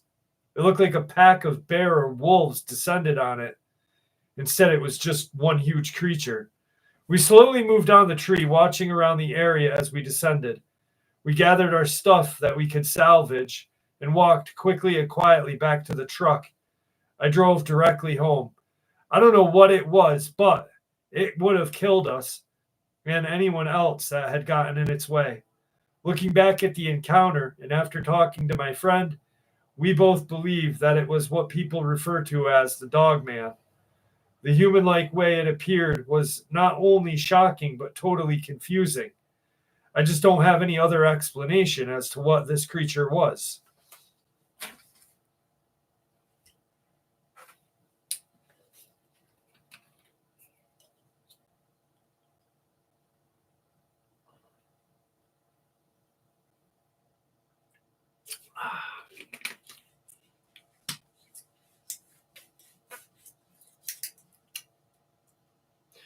Doc Holliday, when Val Kilmer says, I'm your Huckle, Wilburn! Fucking Wilburn!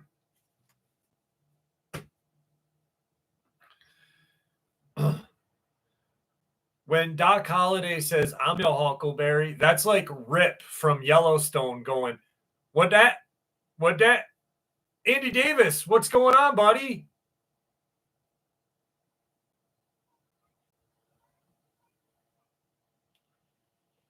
Why does it sound like little kids are fucking running around outside?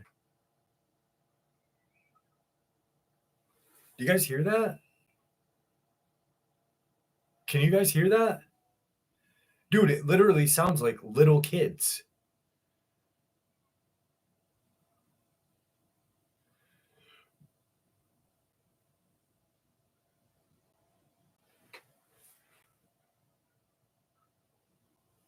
I wish I could turn them up, but Like, literally, it sounds like little fucking kids. Like, it sounds like two little kids are talking. Like, not like teenage kids, like little kids, like 6 or 7-year-olds.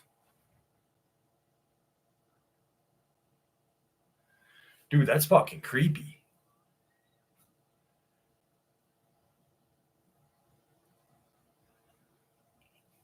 Fuck. Fuck them little bastards.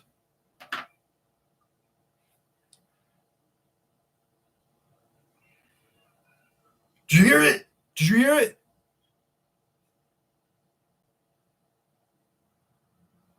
You heard that, right? Nick heard it. Nikki heard it. Dude, what the fuck?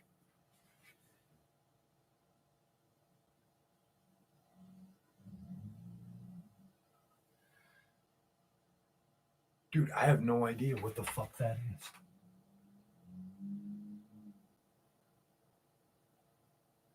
There is nobody out there. There's nobody fucking out there.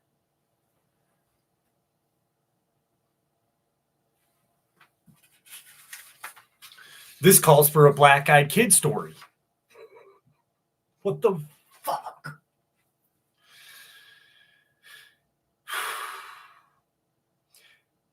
It was a Saturday night. Great. It was a Saturday night around 9 p.m. and no one was home. Everyone had gone out to dinner and I decided to stay home as I felt nauseous. I was 8 months pregnant and exhausted after having worked 10 hours.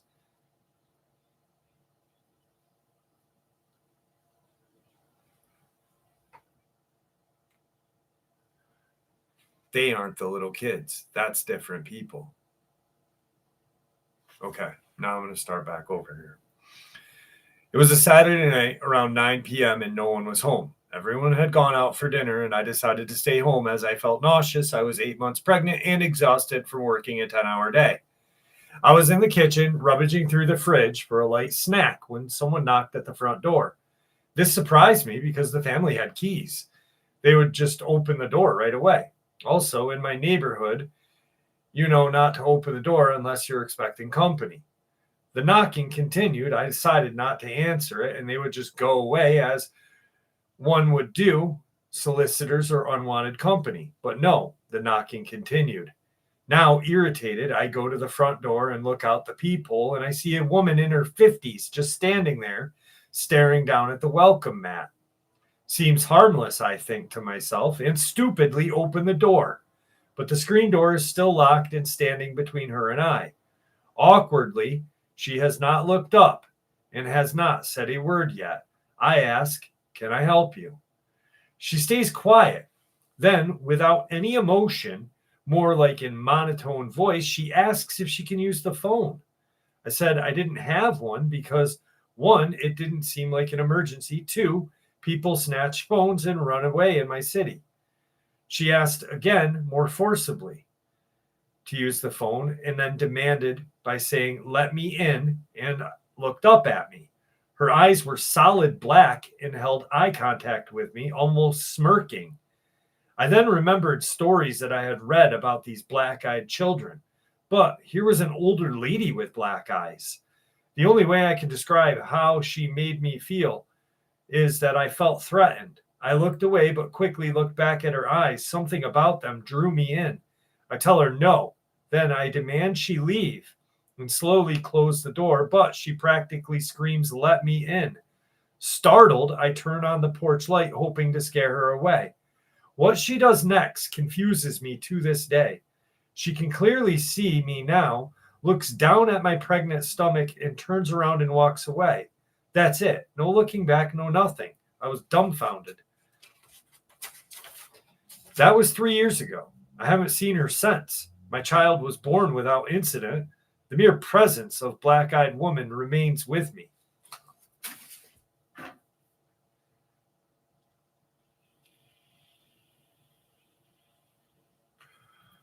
Do the lights out and then everyone be. I don't hear them anymore. They're not doing it anymore. They're gone. There's nothing now. We'll do.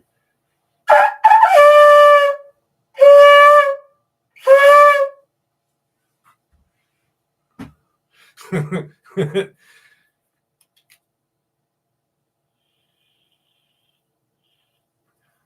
hope they did find another house. That this was sent to me. This is an actual shofar made by a Jewish rabbi, I guess. Mr. Shackleneck got it for me as a gift. And for those of you who do not know why I have it, Tim Coonbo Baker, I'll actually tell you the whole story. So a lot of people just think Tim was the originator or the one that came up with the idea, and he's not. He had a friend that worked with the South Carolina State Police. He wasn't a state policeman, but he worked with them in like their computer crime division. He was a Bigfoot researcher for about as long as Tim Baker was, or is, excuse me. But he's got some very interesting ideas about Bigfoot and their souls and stuff. So for some reason, he had come up with the idea of the shofar being used at the walls of Jericho. And somewhere it's mentioned against the Nephilim that let's blow the shofar. Let's get a shofar and blow it 3 times for the Trinity in the woods and see what happens. Into great whatever, they got a lot of response. So then Tim ended up moving. He ended up moving to like Missouri. And one night he was just playing around with his shofar. Mind you, he was living like in a farm out in Missouri, like woods all around him. Where I live, I'm in the outskirts of the city, so I'm pretty safe here. I don't think a Bigfoot's going to come walking through. But he had blown the shofar to mess with his dogs one night, and he's standing on his back deck, and he blows it. The dogs come, and on his deck was a sliding glass door, and it was his bedroom right there. So one night he's sleeping, his wife and he are sleeping, and the dogs start growling and barking, and he sees this shadow.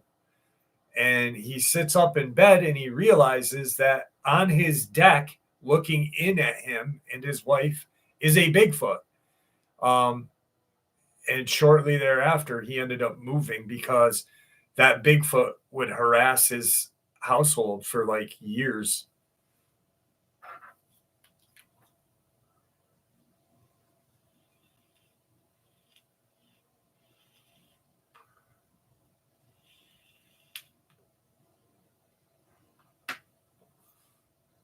Thank you, DC. Didn't Tim Baker...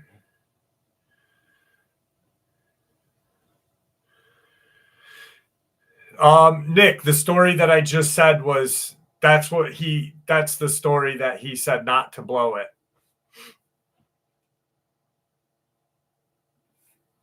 Not because his wife got mad, but his wife did get mad. Obviously, you got a Bigfoot at your doorstep.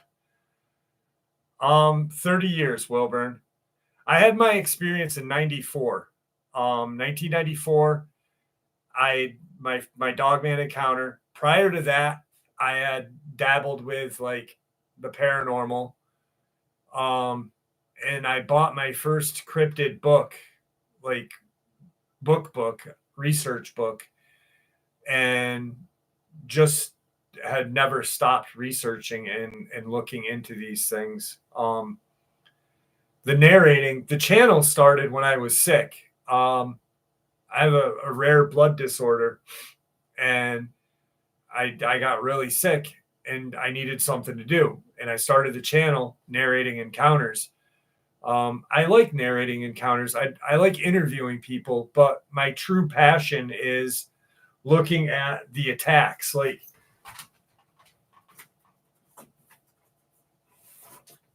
These are all unanswered and unexplained animal attacks that are not animal attacks. They've never been proven to be. And then the Tom Mezek thing is a huge thing for me. Andy, I did ask you how you were. You just responded now.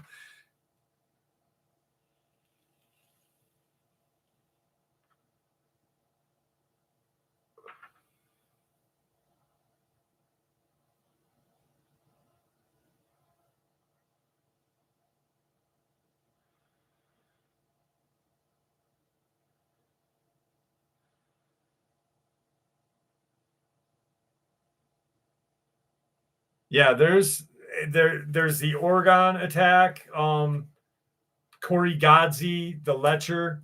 There's a ton of them. And of course, now people are just talking about the attacks like they just happened, and people get confused. People are like, there's a little boy that got attacked in Knott County, and they send me the article about Corey Godsey, and I'm like, did you look at the year of this article? This is 2020.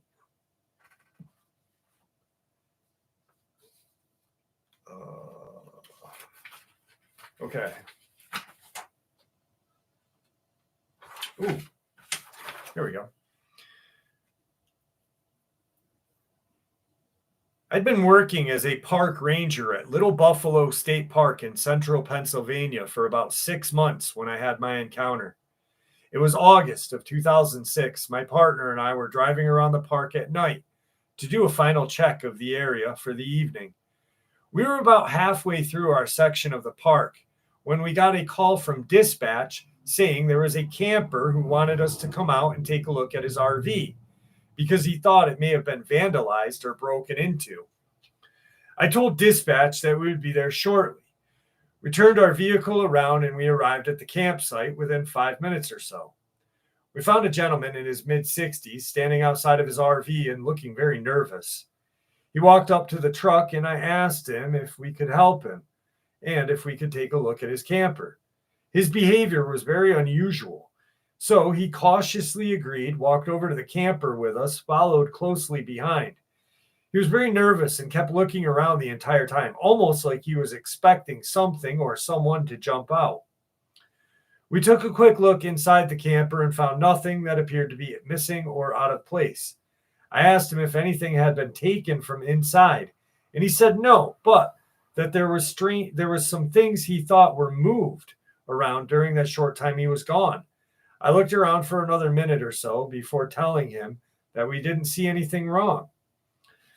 We thanked him for calling us and started walking back toward the truck. That's when my partner, who was an avid hunter, said to me, "Do you smell that?" I stopped walking for a second because I honestly did not notice any kind of odor other than the normal smell of the state park.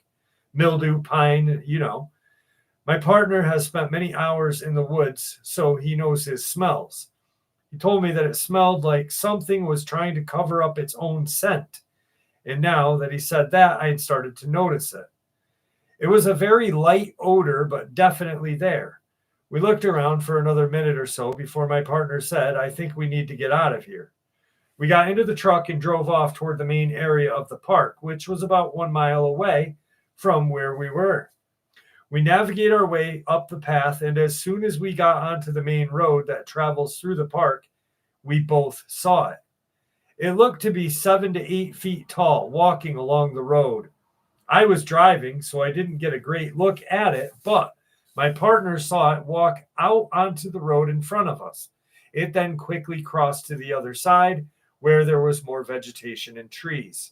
He said that he could only see the backside of it walk across the road, but it had very wide shoulders, almost too wide for its body. He also said that he thought he saw long black hair covering its arms and shoulders, but he wasn't sure because it was dark. We drove around looking for this thing for another hour. We had no luck finding anything else unusual, so eventually we gave up and returned back to the office. The next day, I couldn't stop thinking about it, so I went back to the site myself in hopes of finding some evidence of what we saw or smelled. but we found nothing out of place or unusual. I decided just to move on and not focus on it since no concrete evidence could be found. I have heard of other encounters in this area as well, which makes me believe that something is going on out here for sure. Also, there have been sightings reported from this area all the way over to Harrisburg. Anyway, that's my experience. I'm not here to convince anybody that what I saw was real, but I know what I saw and what I smelled, and it was real. Also, there had been several reports of dead deer in the area, deer that are torn apart but not eaten. Now, that's very unusual to say the least. So, I'm wondering if that's all connected now. The most common theory among hunters around here is something is killing deer just for sport and then covering up its tracks or scent with another odor to mask its own. I can't quite figure out how that would work, but that's what some people are saying. In the end, I'm not exactly sure on what is going on around here.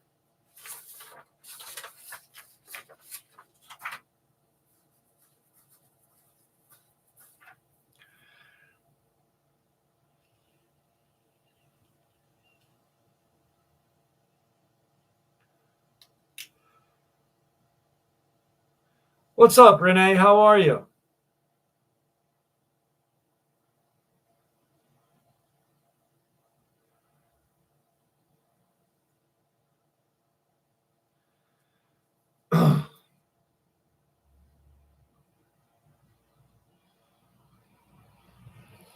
Yeah, 59th, 100%.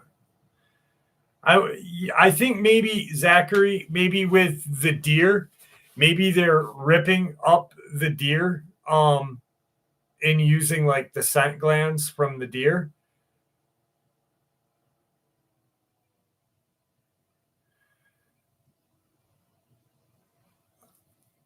I got to get Andy on. What's going on, baby Lon Rose?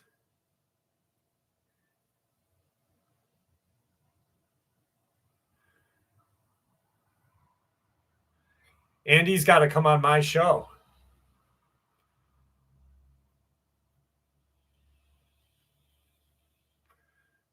You know, because like how else would they how else would they how else would they cover their scent, you know? Blood, blood, urine, feces, you know, maybe that's why obviously they stink like shit because they don't wipe their ass and bathe, but um by using other animals' scent glands and shit.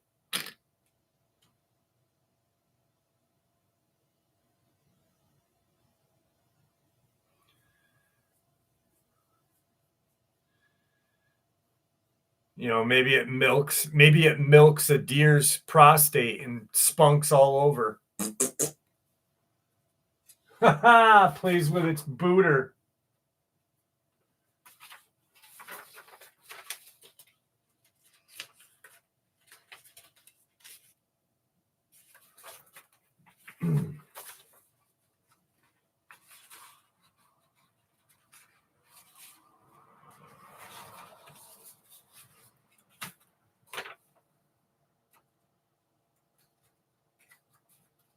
This one's kind of weird. I was going to share this last week, but I was kind of still too sick too. So it's kind of long too. This experience happened to me about 16 years ago. I was around 24 at the time. I worked hospitality, so it'd be later at night when my friends and I hung out. So at around 9 o'clock, my friend and I decided to go for a drive, someplace we had never been. Just get in the car and go. I offered and wanted to drive because my mom was out of town and I was using her Benz. It was only one of those early 90 E-bodies, the ones that were big piles of heavy steel, real tank of a car. I only mention the car body because it becomes relevant later in the experience. He happily agreed and we hit the road. We lived near Milwaukee, Wisconsin at the time. We drove north out of the city and drive for about an hour when I see an exit I don't recognize and decide to get off there. There was nothing at this exit other than cornfields, not a gas station, restaurant, nothing, no visible light of a town in any direction. So we were in the place we didn't recognize, but that was the point. Just driving to get nowhere because the speed limit was 35 and we were in no rush. The moon was out enough that everything was pretty visible. About a mile into the cornfields, we could see two kids on the right side of the road. We commented on how weird it was. There was no houses or stores or even lights on the horizon. Plus, it was 10:30-ish. Naturally, there were two larger guys. There were two larger guys, so we didn't worry about anything. I slowed down and we would inquire if their car broke down or anything, if they were okay. As we pulled up, I noticed the kid in front's clothing. It was stained cream-colored tweed type of shirt with real tattered sleeves and overalls with only one strap. He appeared to be maybe 12 years old.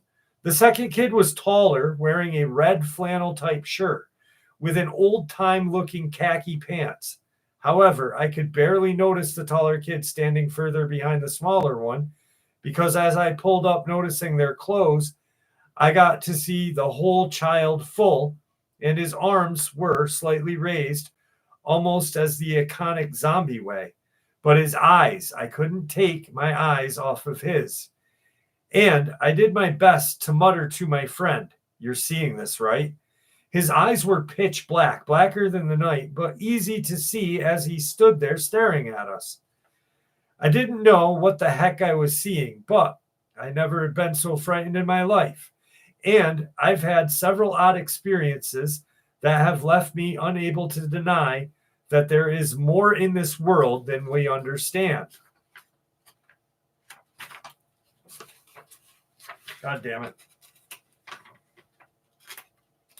Come on.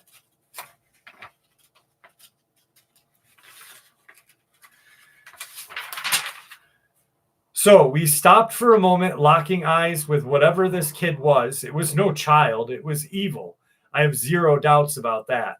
We quickly agreed to go and fast. We are not going to inquire with them. This was straight out of the Twilight Zone. And I remember the hitchhiker, and that was not happening tonight. So no, sir. We go and we clamor between ourselves. What the fuck did we just see? What the hell was that? Still no signs of homes, just open cornfields. How did these two kids get there? I don't know how, but I believe they were not kids.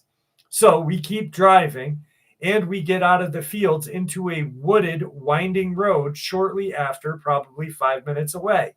Here in Wisconsin, there are random historical markers displaying whatever year something happened. I only mention that because I passed one on the curve, so I glanced at it. As I was driving through the curve going around 45 miles an hour, a creature walked in front of our car, my mom's car. As I saw it, it was nothing like I had ever seen before. Its body was tall and it seemed to have its spine stick out. We hit it. It was a grayish color and it looked nothing like I had ever seen. It had very tall arch-like spine, almost like when a cat hisses and goes on its toes, kind of like that. I hit this thing straight on with the tank of a car.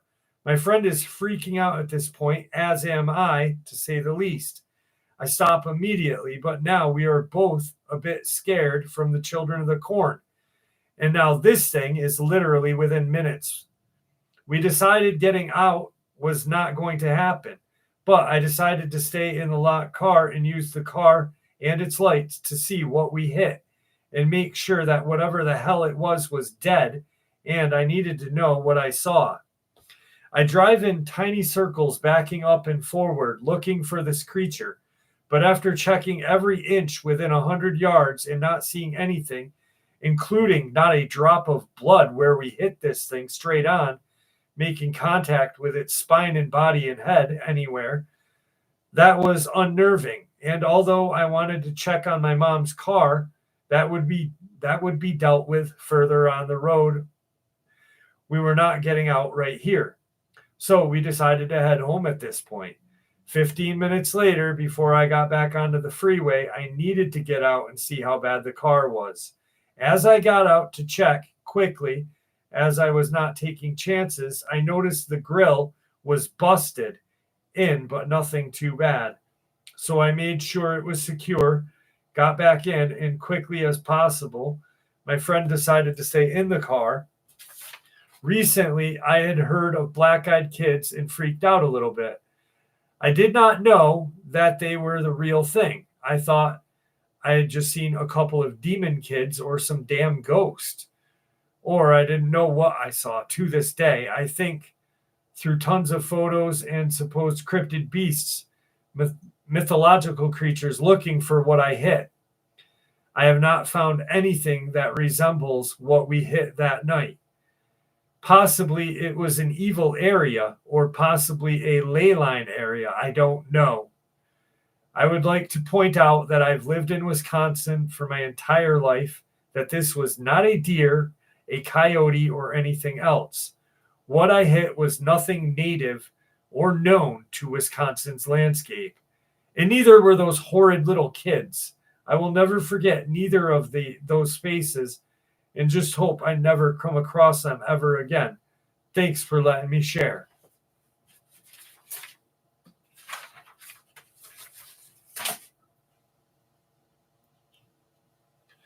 Jane! Jane's here?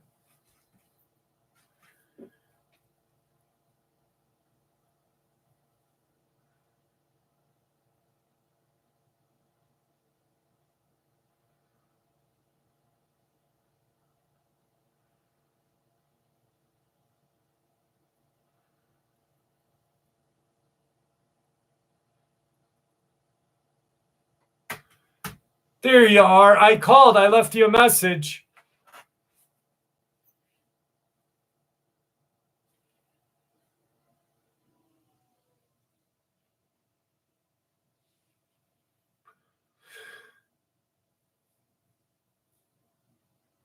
Yeah, the veils are thin, Bryce. I don't know. Did you?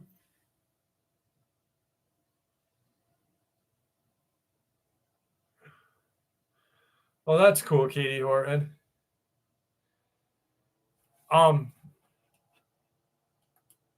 Bryce, did you see the video when I was up where Tom Mezek disappeared and I caught the metallic noise, which I myself believe that it was a portal opening?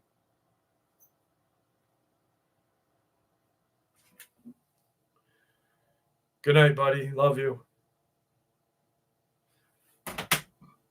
I had to say good night and love you to my other daughter.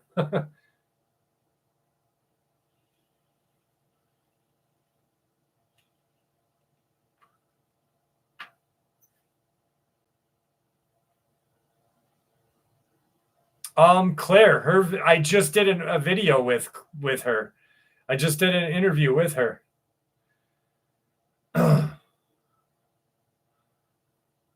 Bryce, I did 2 days ago. It was 2 days ago. If you look for the video that says 100% real evidence caught, and then hotspot. It's in that video. And just recently. Yeah, I did the interview with Jane. Jane? Probably like a couple nights or a couple weeks ago, I think. Bryce, it's nice to have you here, man. I'm glad that you came. I'm glad that you stumbled on the channel. I don't know if you know who Tom Mezek is, but he disappeared in 2015, November 15th. And I live really close to where he disappeared, and I go up there quite a bit. Yes, Renee. I've had 2 train engineers. One I interviewed, one I narrated.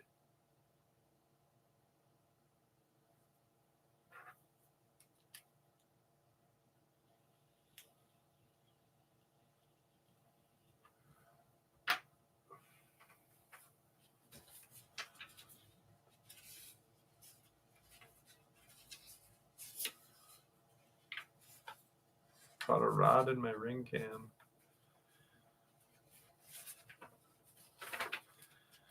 All right. That's one. I did that one already.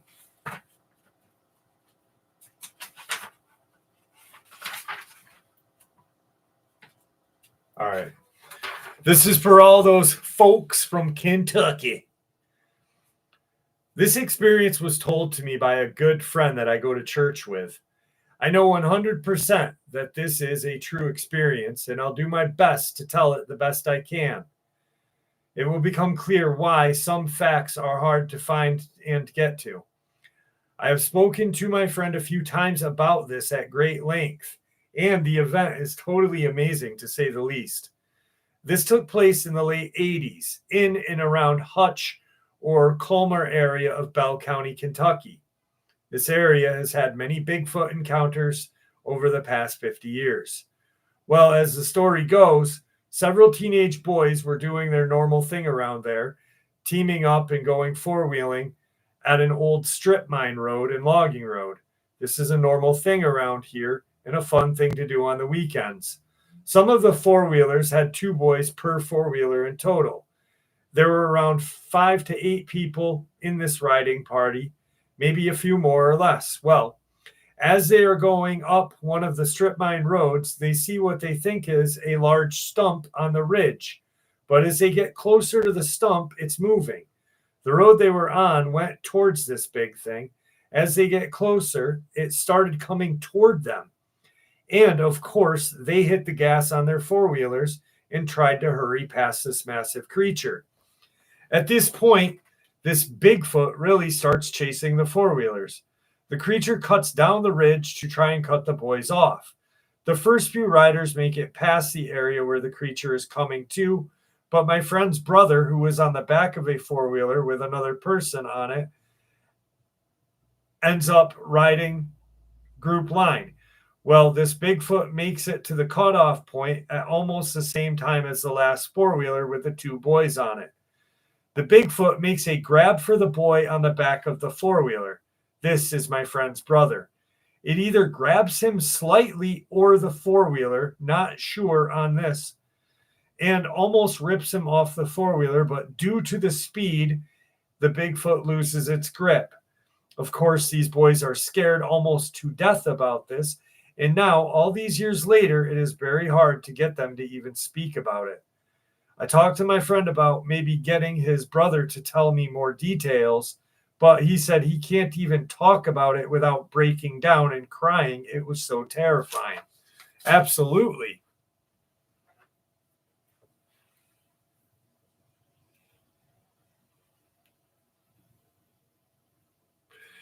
Janie, we were all worried about you. We were all worried, Jane. I even called you, and you didn't answer. Oh, hang on. Got to adjust the nuts.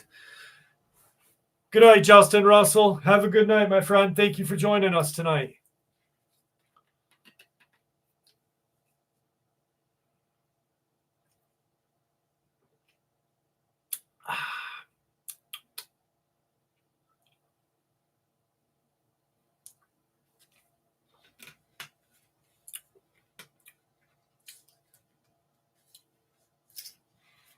There's a that encounter isn't too rare because Donald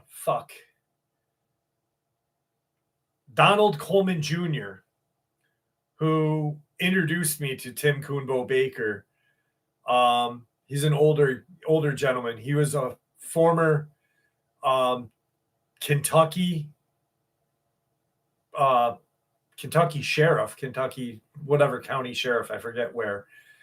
But he had heard of a group of kids four-wheeling by a river, and they were going down the trail on the side of the river, and a Bigfoot actually chased them down this trail.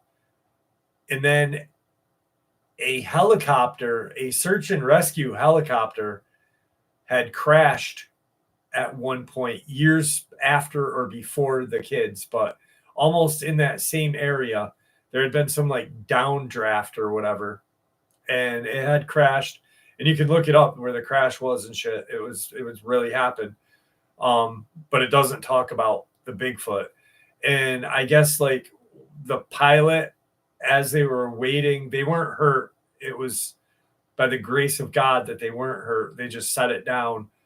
But as they were waiting for someone to come pick them up and take care of everything, they had to stay in the helicopter because a Bigfoot had circled around the helicopter and shit.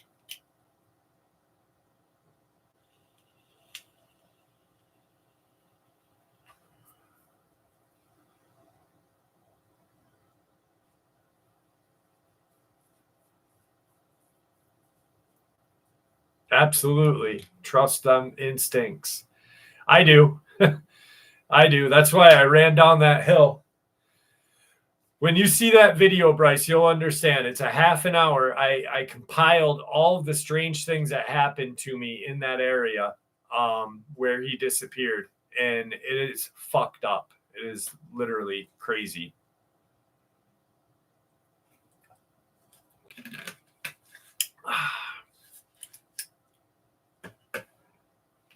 All right. I'm going to do one more encounter and then end the live stream because we've got about 2.5 hours in.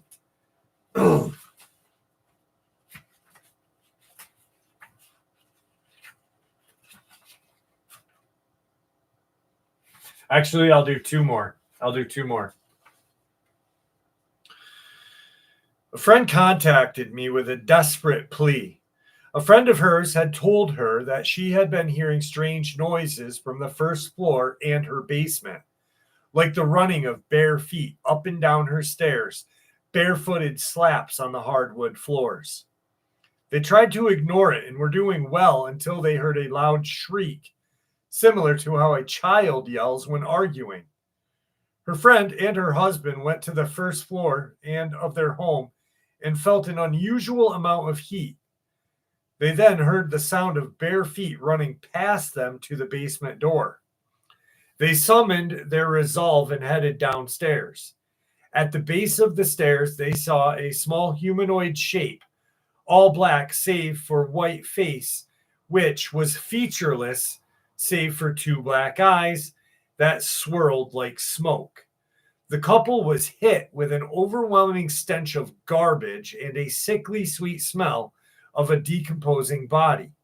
The child suddenly grew in size, and the couple was immediately stricken with fear. They grabbed their cats and went to a hotel. This is where I come in. My friend dropped me off with keys at 12 a.m. I went in and noticed that there was an odd, stifling, smoldering, stuffy sensation, like too many people in a small room. You know that sound you hear when it is complete silence? That shree. Didn't even hear that. I went to the second floor and went room to room. I felt nothing. Sound was normal up there. I could even hear the street noises. Their gaming room was normal. Their bedroom was normal. Their work den normal. I decided to make this my safe space and relax in the gaming room on the recliner with a book. 2:45 rolls around, and I sense something stirring in the back of my head. Something tells me to get ready and go downstairs as soon as I feel the time is right. My instincts was never this clear, and it was never steering me wrong. Then at 3 a.m., I felt the words, "Now get ready, Gabriel," form in my mind. I immediately go to the stairs looking down at the first floor. Sure enough, I heard the sounds of bare feet paddling across the wooden floor. I then had the sensation of something looking up at me. I felt anger and hate, as if someone was glaring at me. This infuriates me. I yell, scolding it for terrifying the couple and their cats. I hear footsteps running away. I literally ran so fast down the stairs, I sailed down them. I went to the basement stairs. I was stopped by something in my tracks, like someone put a blanket up as a barrier. I remember reading something saying about the membrane of reality or something, feeling myself get angry at being stymied by something. I literally pushed forward. It felt like walking in molasses.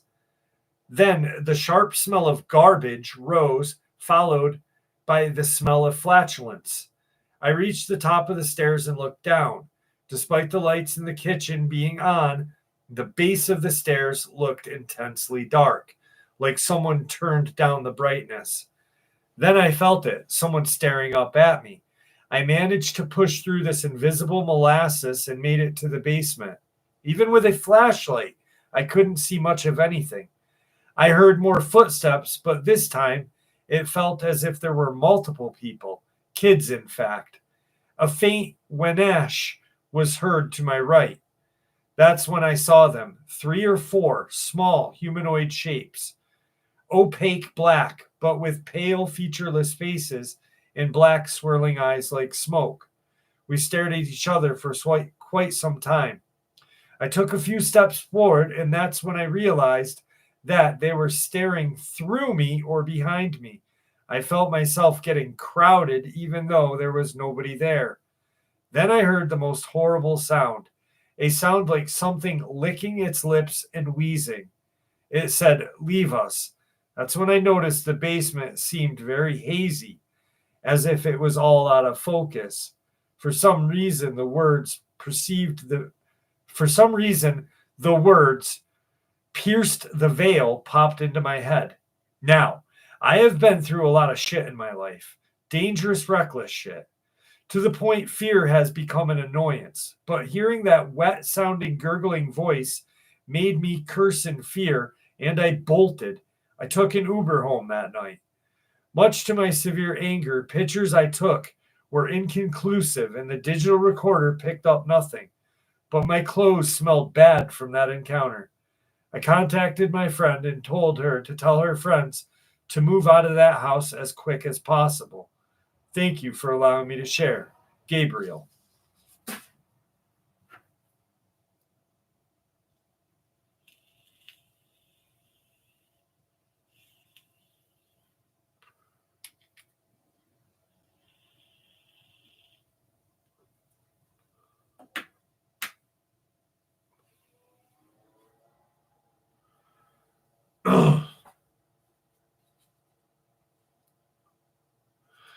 I know I'm pounding on the encounters tonight.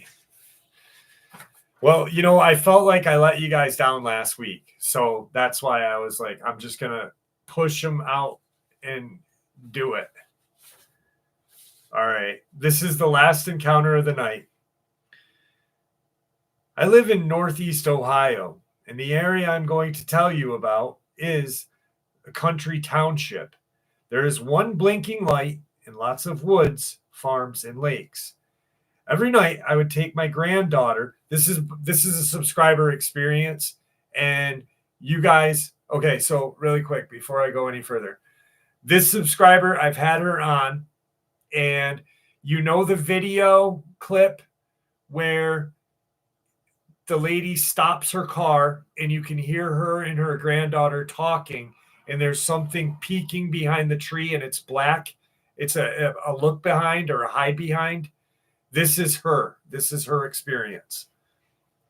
I live in Northeast Ohio, and the area I'm going to tell you about is a country township. There's one blinking light, lots of woods and farms. Every night, I take my granddaughter, who is 9 years old, for a ride down all the back roads to see if we can spot some deer. One night, we are coming down the road with no houses, as it was most of the roads in the area. We were coming up to the part of the road that had a back end of Christmas tree farm on the right with deep woods and a creek on the left. Driving slowly so we can see the deer, if there were any there, since it was a common place to see them. All of a sudden, from out of the trees on the left, a huge, this thing was a good 7 to 8 feet long, wolf-like creature came loping across the road not 20 feet in front of us. I say loping because it ran awkwardly, like it didn't normally move on 4 legs. like if you or I got on our hands and feet and tried to run. There was something so odd about its back legs. The best way I can describe it was almost like they had an extra bone or joint to them. I stopped and stared in disbelief at this point, and my granddaughter said, "Grammy, what is that?" Like I said, it was long, black fur, thin, but long legged. Its chest was huge, like a pit bull's, only much bigger. Its tongue was hanging out on the side. I didn't notice any teeth, nor do I recall a tail. I was so intent on those back legs. It loped, but pretty fast, across the road and disappeared into the woods. I know it was not a coyote, and there are no wolves in this area. Now I'm a country girl. The woods and the beasts in them have never given me concern. But watching this thing move across that road gave me such a feeling of dread, it actually left me with a kind of sick feeling. I have to add that this area is a hot spot for sightings, and they go back for decades. The house we lived in was surrounded by woods, and a railroad track ran through behind them, about a mile back. There's an old Indian burial ground mound that only a handful of old timers know about. Past this is a Bigfoot or whatever habitat or hunting area. I say that because they had built an enormous corral out of 20 to 30-foot trees, all locked within each other in a semicircle. It was marked with a large X made of giant tree.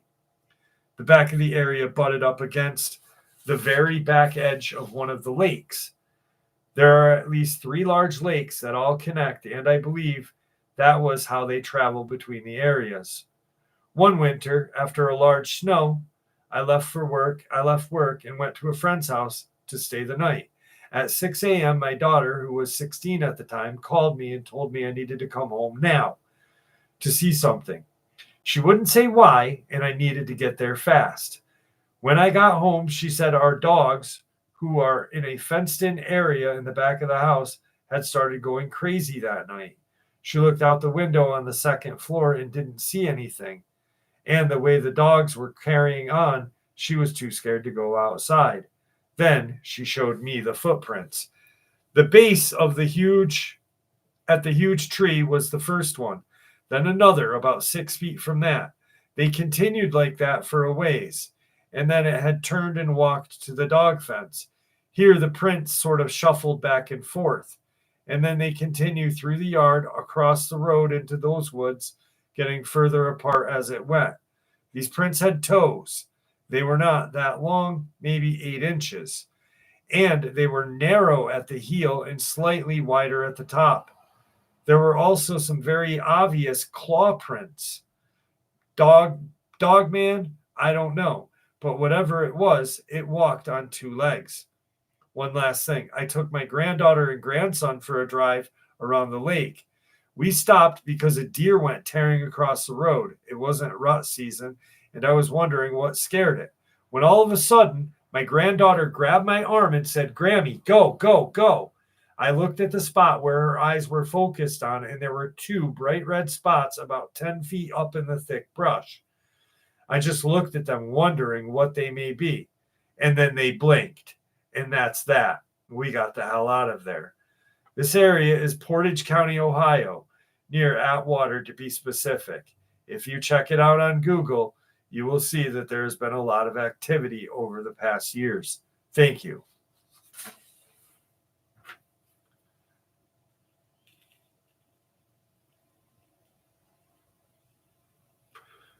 All right.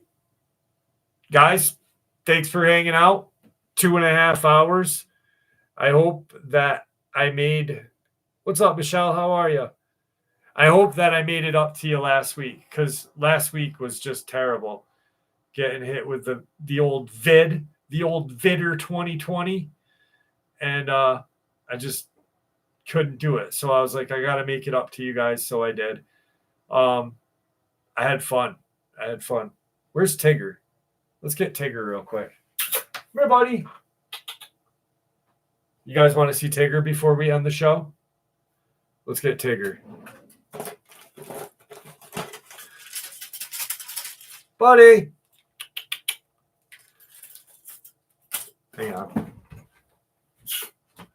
on, buddy. Come here.